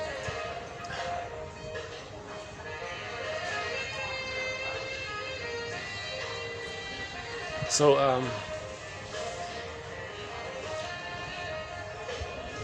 yeah. So that's the second suggestion. Yeah. The third suggestion that was offered in 1000 in this collection, the third suggestion that came up was that mothers stay in bed for 5 months and let the baby sleep on the mother's front and nurse as they need the baby. It's everything according to the baby. Give them the extended womb. So mothers make themselves very comfortable. Sometimes it's called the extended social womb, not just the extended womb, but the social womb, meaning the role of the father is not to interfere. The father shouldn't pick up the baby, actually. Not in the first 5 months. You gotta keep the womb. You gotta think of it that the baby's still in the womb. So for the first 5 months, the attitude is he's still in the womb. So the mother lies in the bed, right? She makes herself super comfortable with all these fluffy pillows. She can catch up on her reading and watch her favorite comedy shows. No violent shows, just nice shows. Talk nicely with her friends, no arguments with her. And the role of the father is to help facilitate that, make her happy, make her comfortable, pamper her, whatever. Make her as relaxed and as happy as possible. Spoil her, whatever it takes. Just let the mother be as calm and as happy as you can for the first 5 months. So that it's for the baby, right? We don't want the baby to pick up the mother's cortisol if she's stressed. At the very least, if we can get the baby through those first 5 months, he won't have the Iago pattern, the bully pattern, the aggressiveness, vindictiveness pattern, the hostile provocative attachment style, the lower functioning BPD. He won't have some of these other more troubled personalities. Autism will probably be diminished, maybe completely gone, most 90% gone, whatever the figure is. That's not a thread in this series. I mentioned it because of the paintings here. I'm not going to go there with that topic. Some say it's mostly psychological, some say maybe not. I'm not going to go there.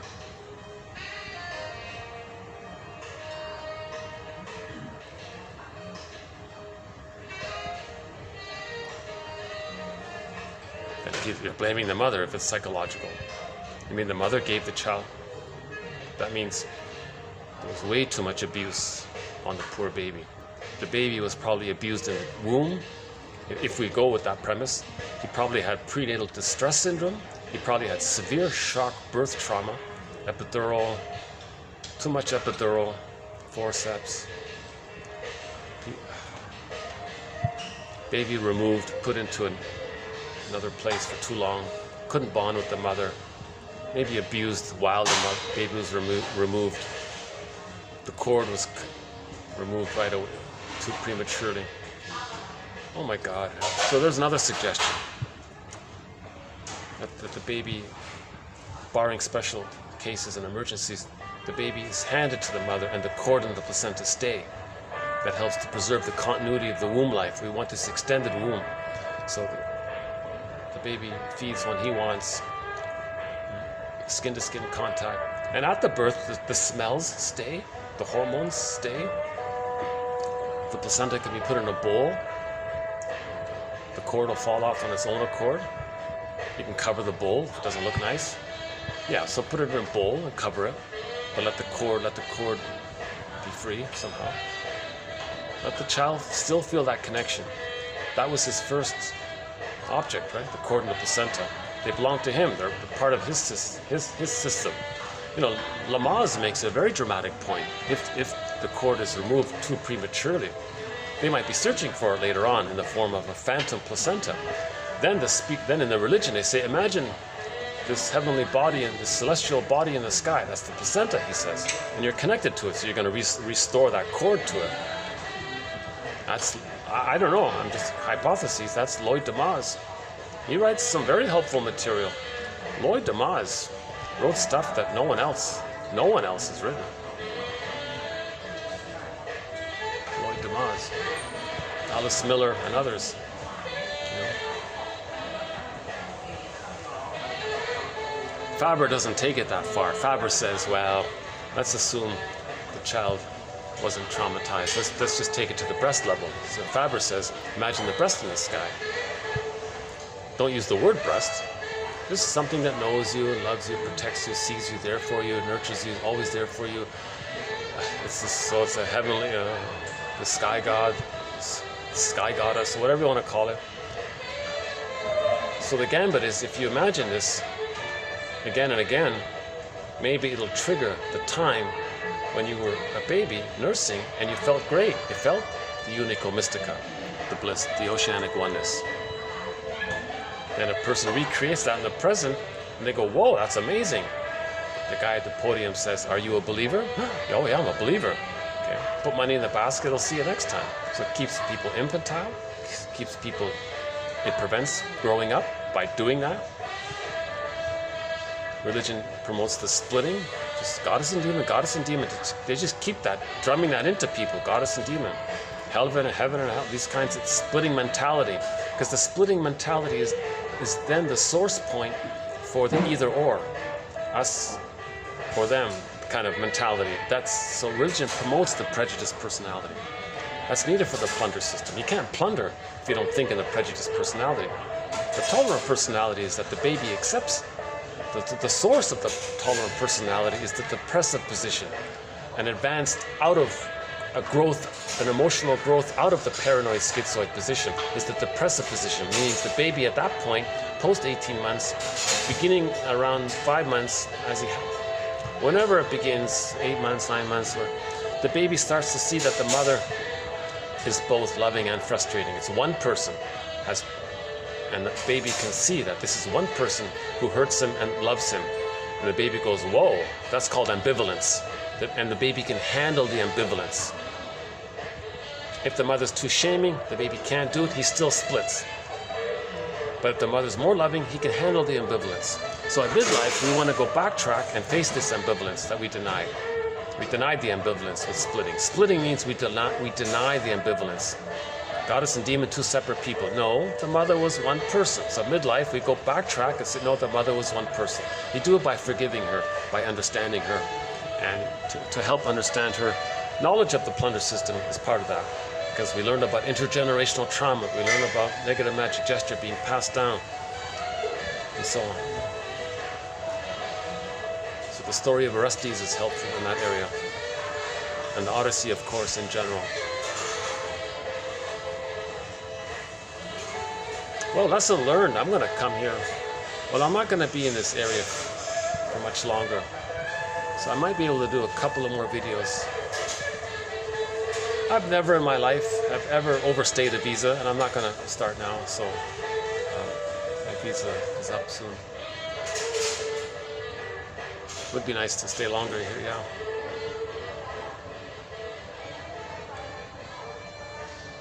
Actually, this past month is the closest thing I've had to a vacation in a long time, really. I'm still facing some unconscious guilt. If I relax, I can't do that. So that goes back to the mother. She was so nervous. My mother was so anxious and so nervous, and it affected me, and I couldn't relax because she was...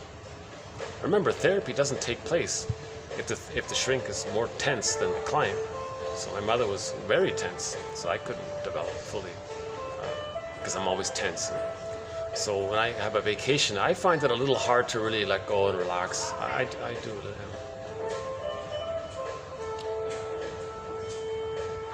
But it's better. Yeah, now it's getting better. Is that couple still there? Really? Oh, they're gone. Are they gone? Oh, they finally left, huh? Well, maybe after that nervous giggle. Oh, maybe that's when they left, huh? The woman had that very nervous giggle. The guy must have mustered up some courage to make his move, right? So there's that song, Paradise by the Dashboard Light. Will she regret it and pray for the end of, or will he regret it and pray for the end of time? That was sort of like a teenage kind of thing, huh? Young love. Yeah. An interesting song, right, by Meatloaf. Oh yeah, he passed away a couple of years ago, right? 2 years ago? Last year. No, just 1 year ago. The rock singer.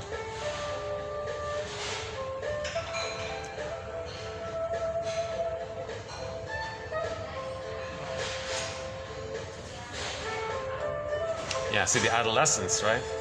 So one author says one aspect of emotional maturity is to be able to have them together, the love and the lust or whatever together for one person, not split it. Some people can't do it; they split it. Right? That's the mistress. So that's the guy who has the mistress. He has all of the romance with her, and the wife is more like the mother. He loves his wife more like a mother and like a sister kind of thing. But then he has the lust, the more romance side with his mistress. He can't put it together. He can't get close because the wife is the mother. He can't get close to us, right? So there's that complication there. So emotional maturity is the resolution of letting go of the mother. He's still too bonded to the mother. So that's the Don Juan and the Peter and the Peer Gynt, all those characters.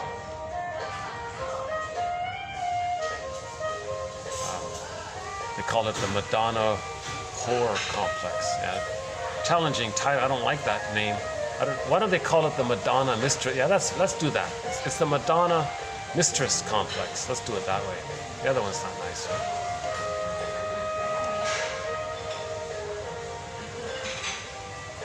Yeah, a lot of terms need to be updated. Some authors, they want to be dramatic to sell their books and get attention, so they might come up with that. Yeah, the rain is back.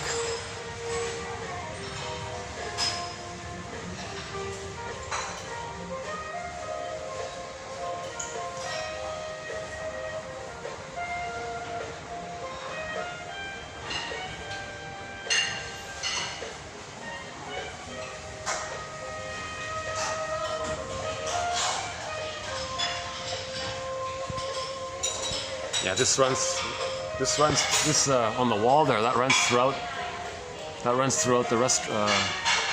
Both restaurants have this sort of city skyline theme. It works. It's pretty good, right?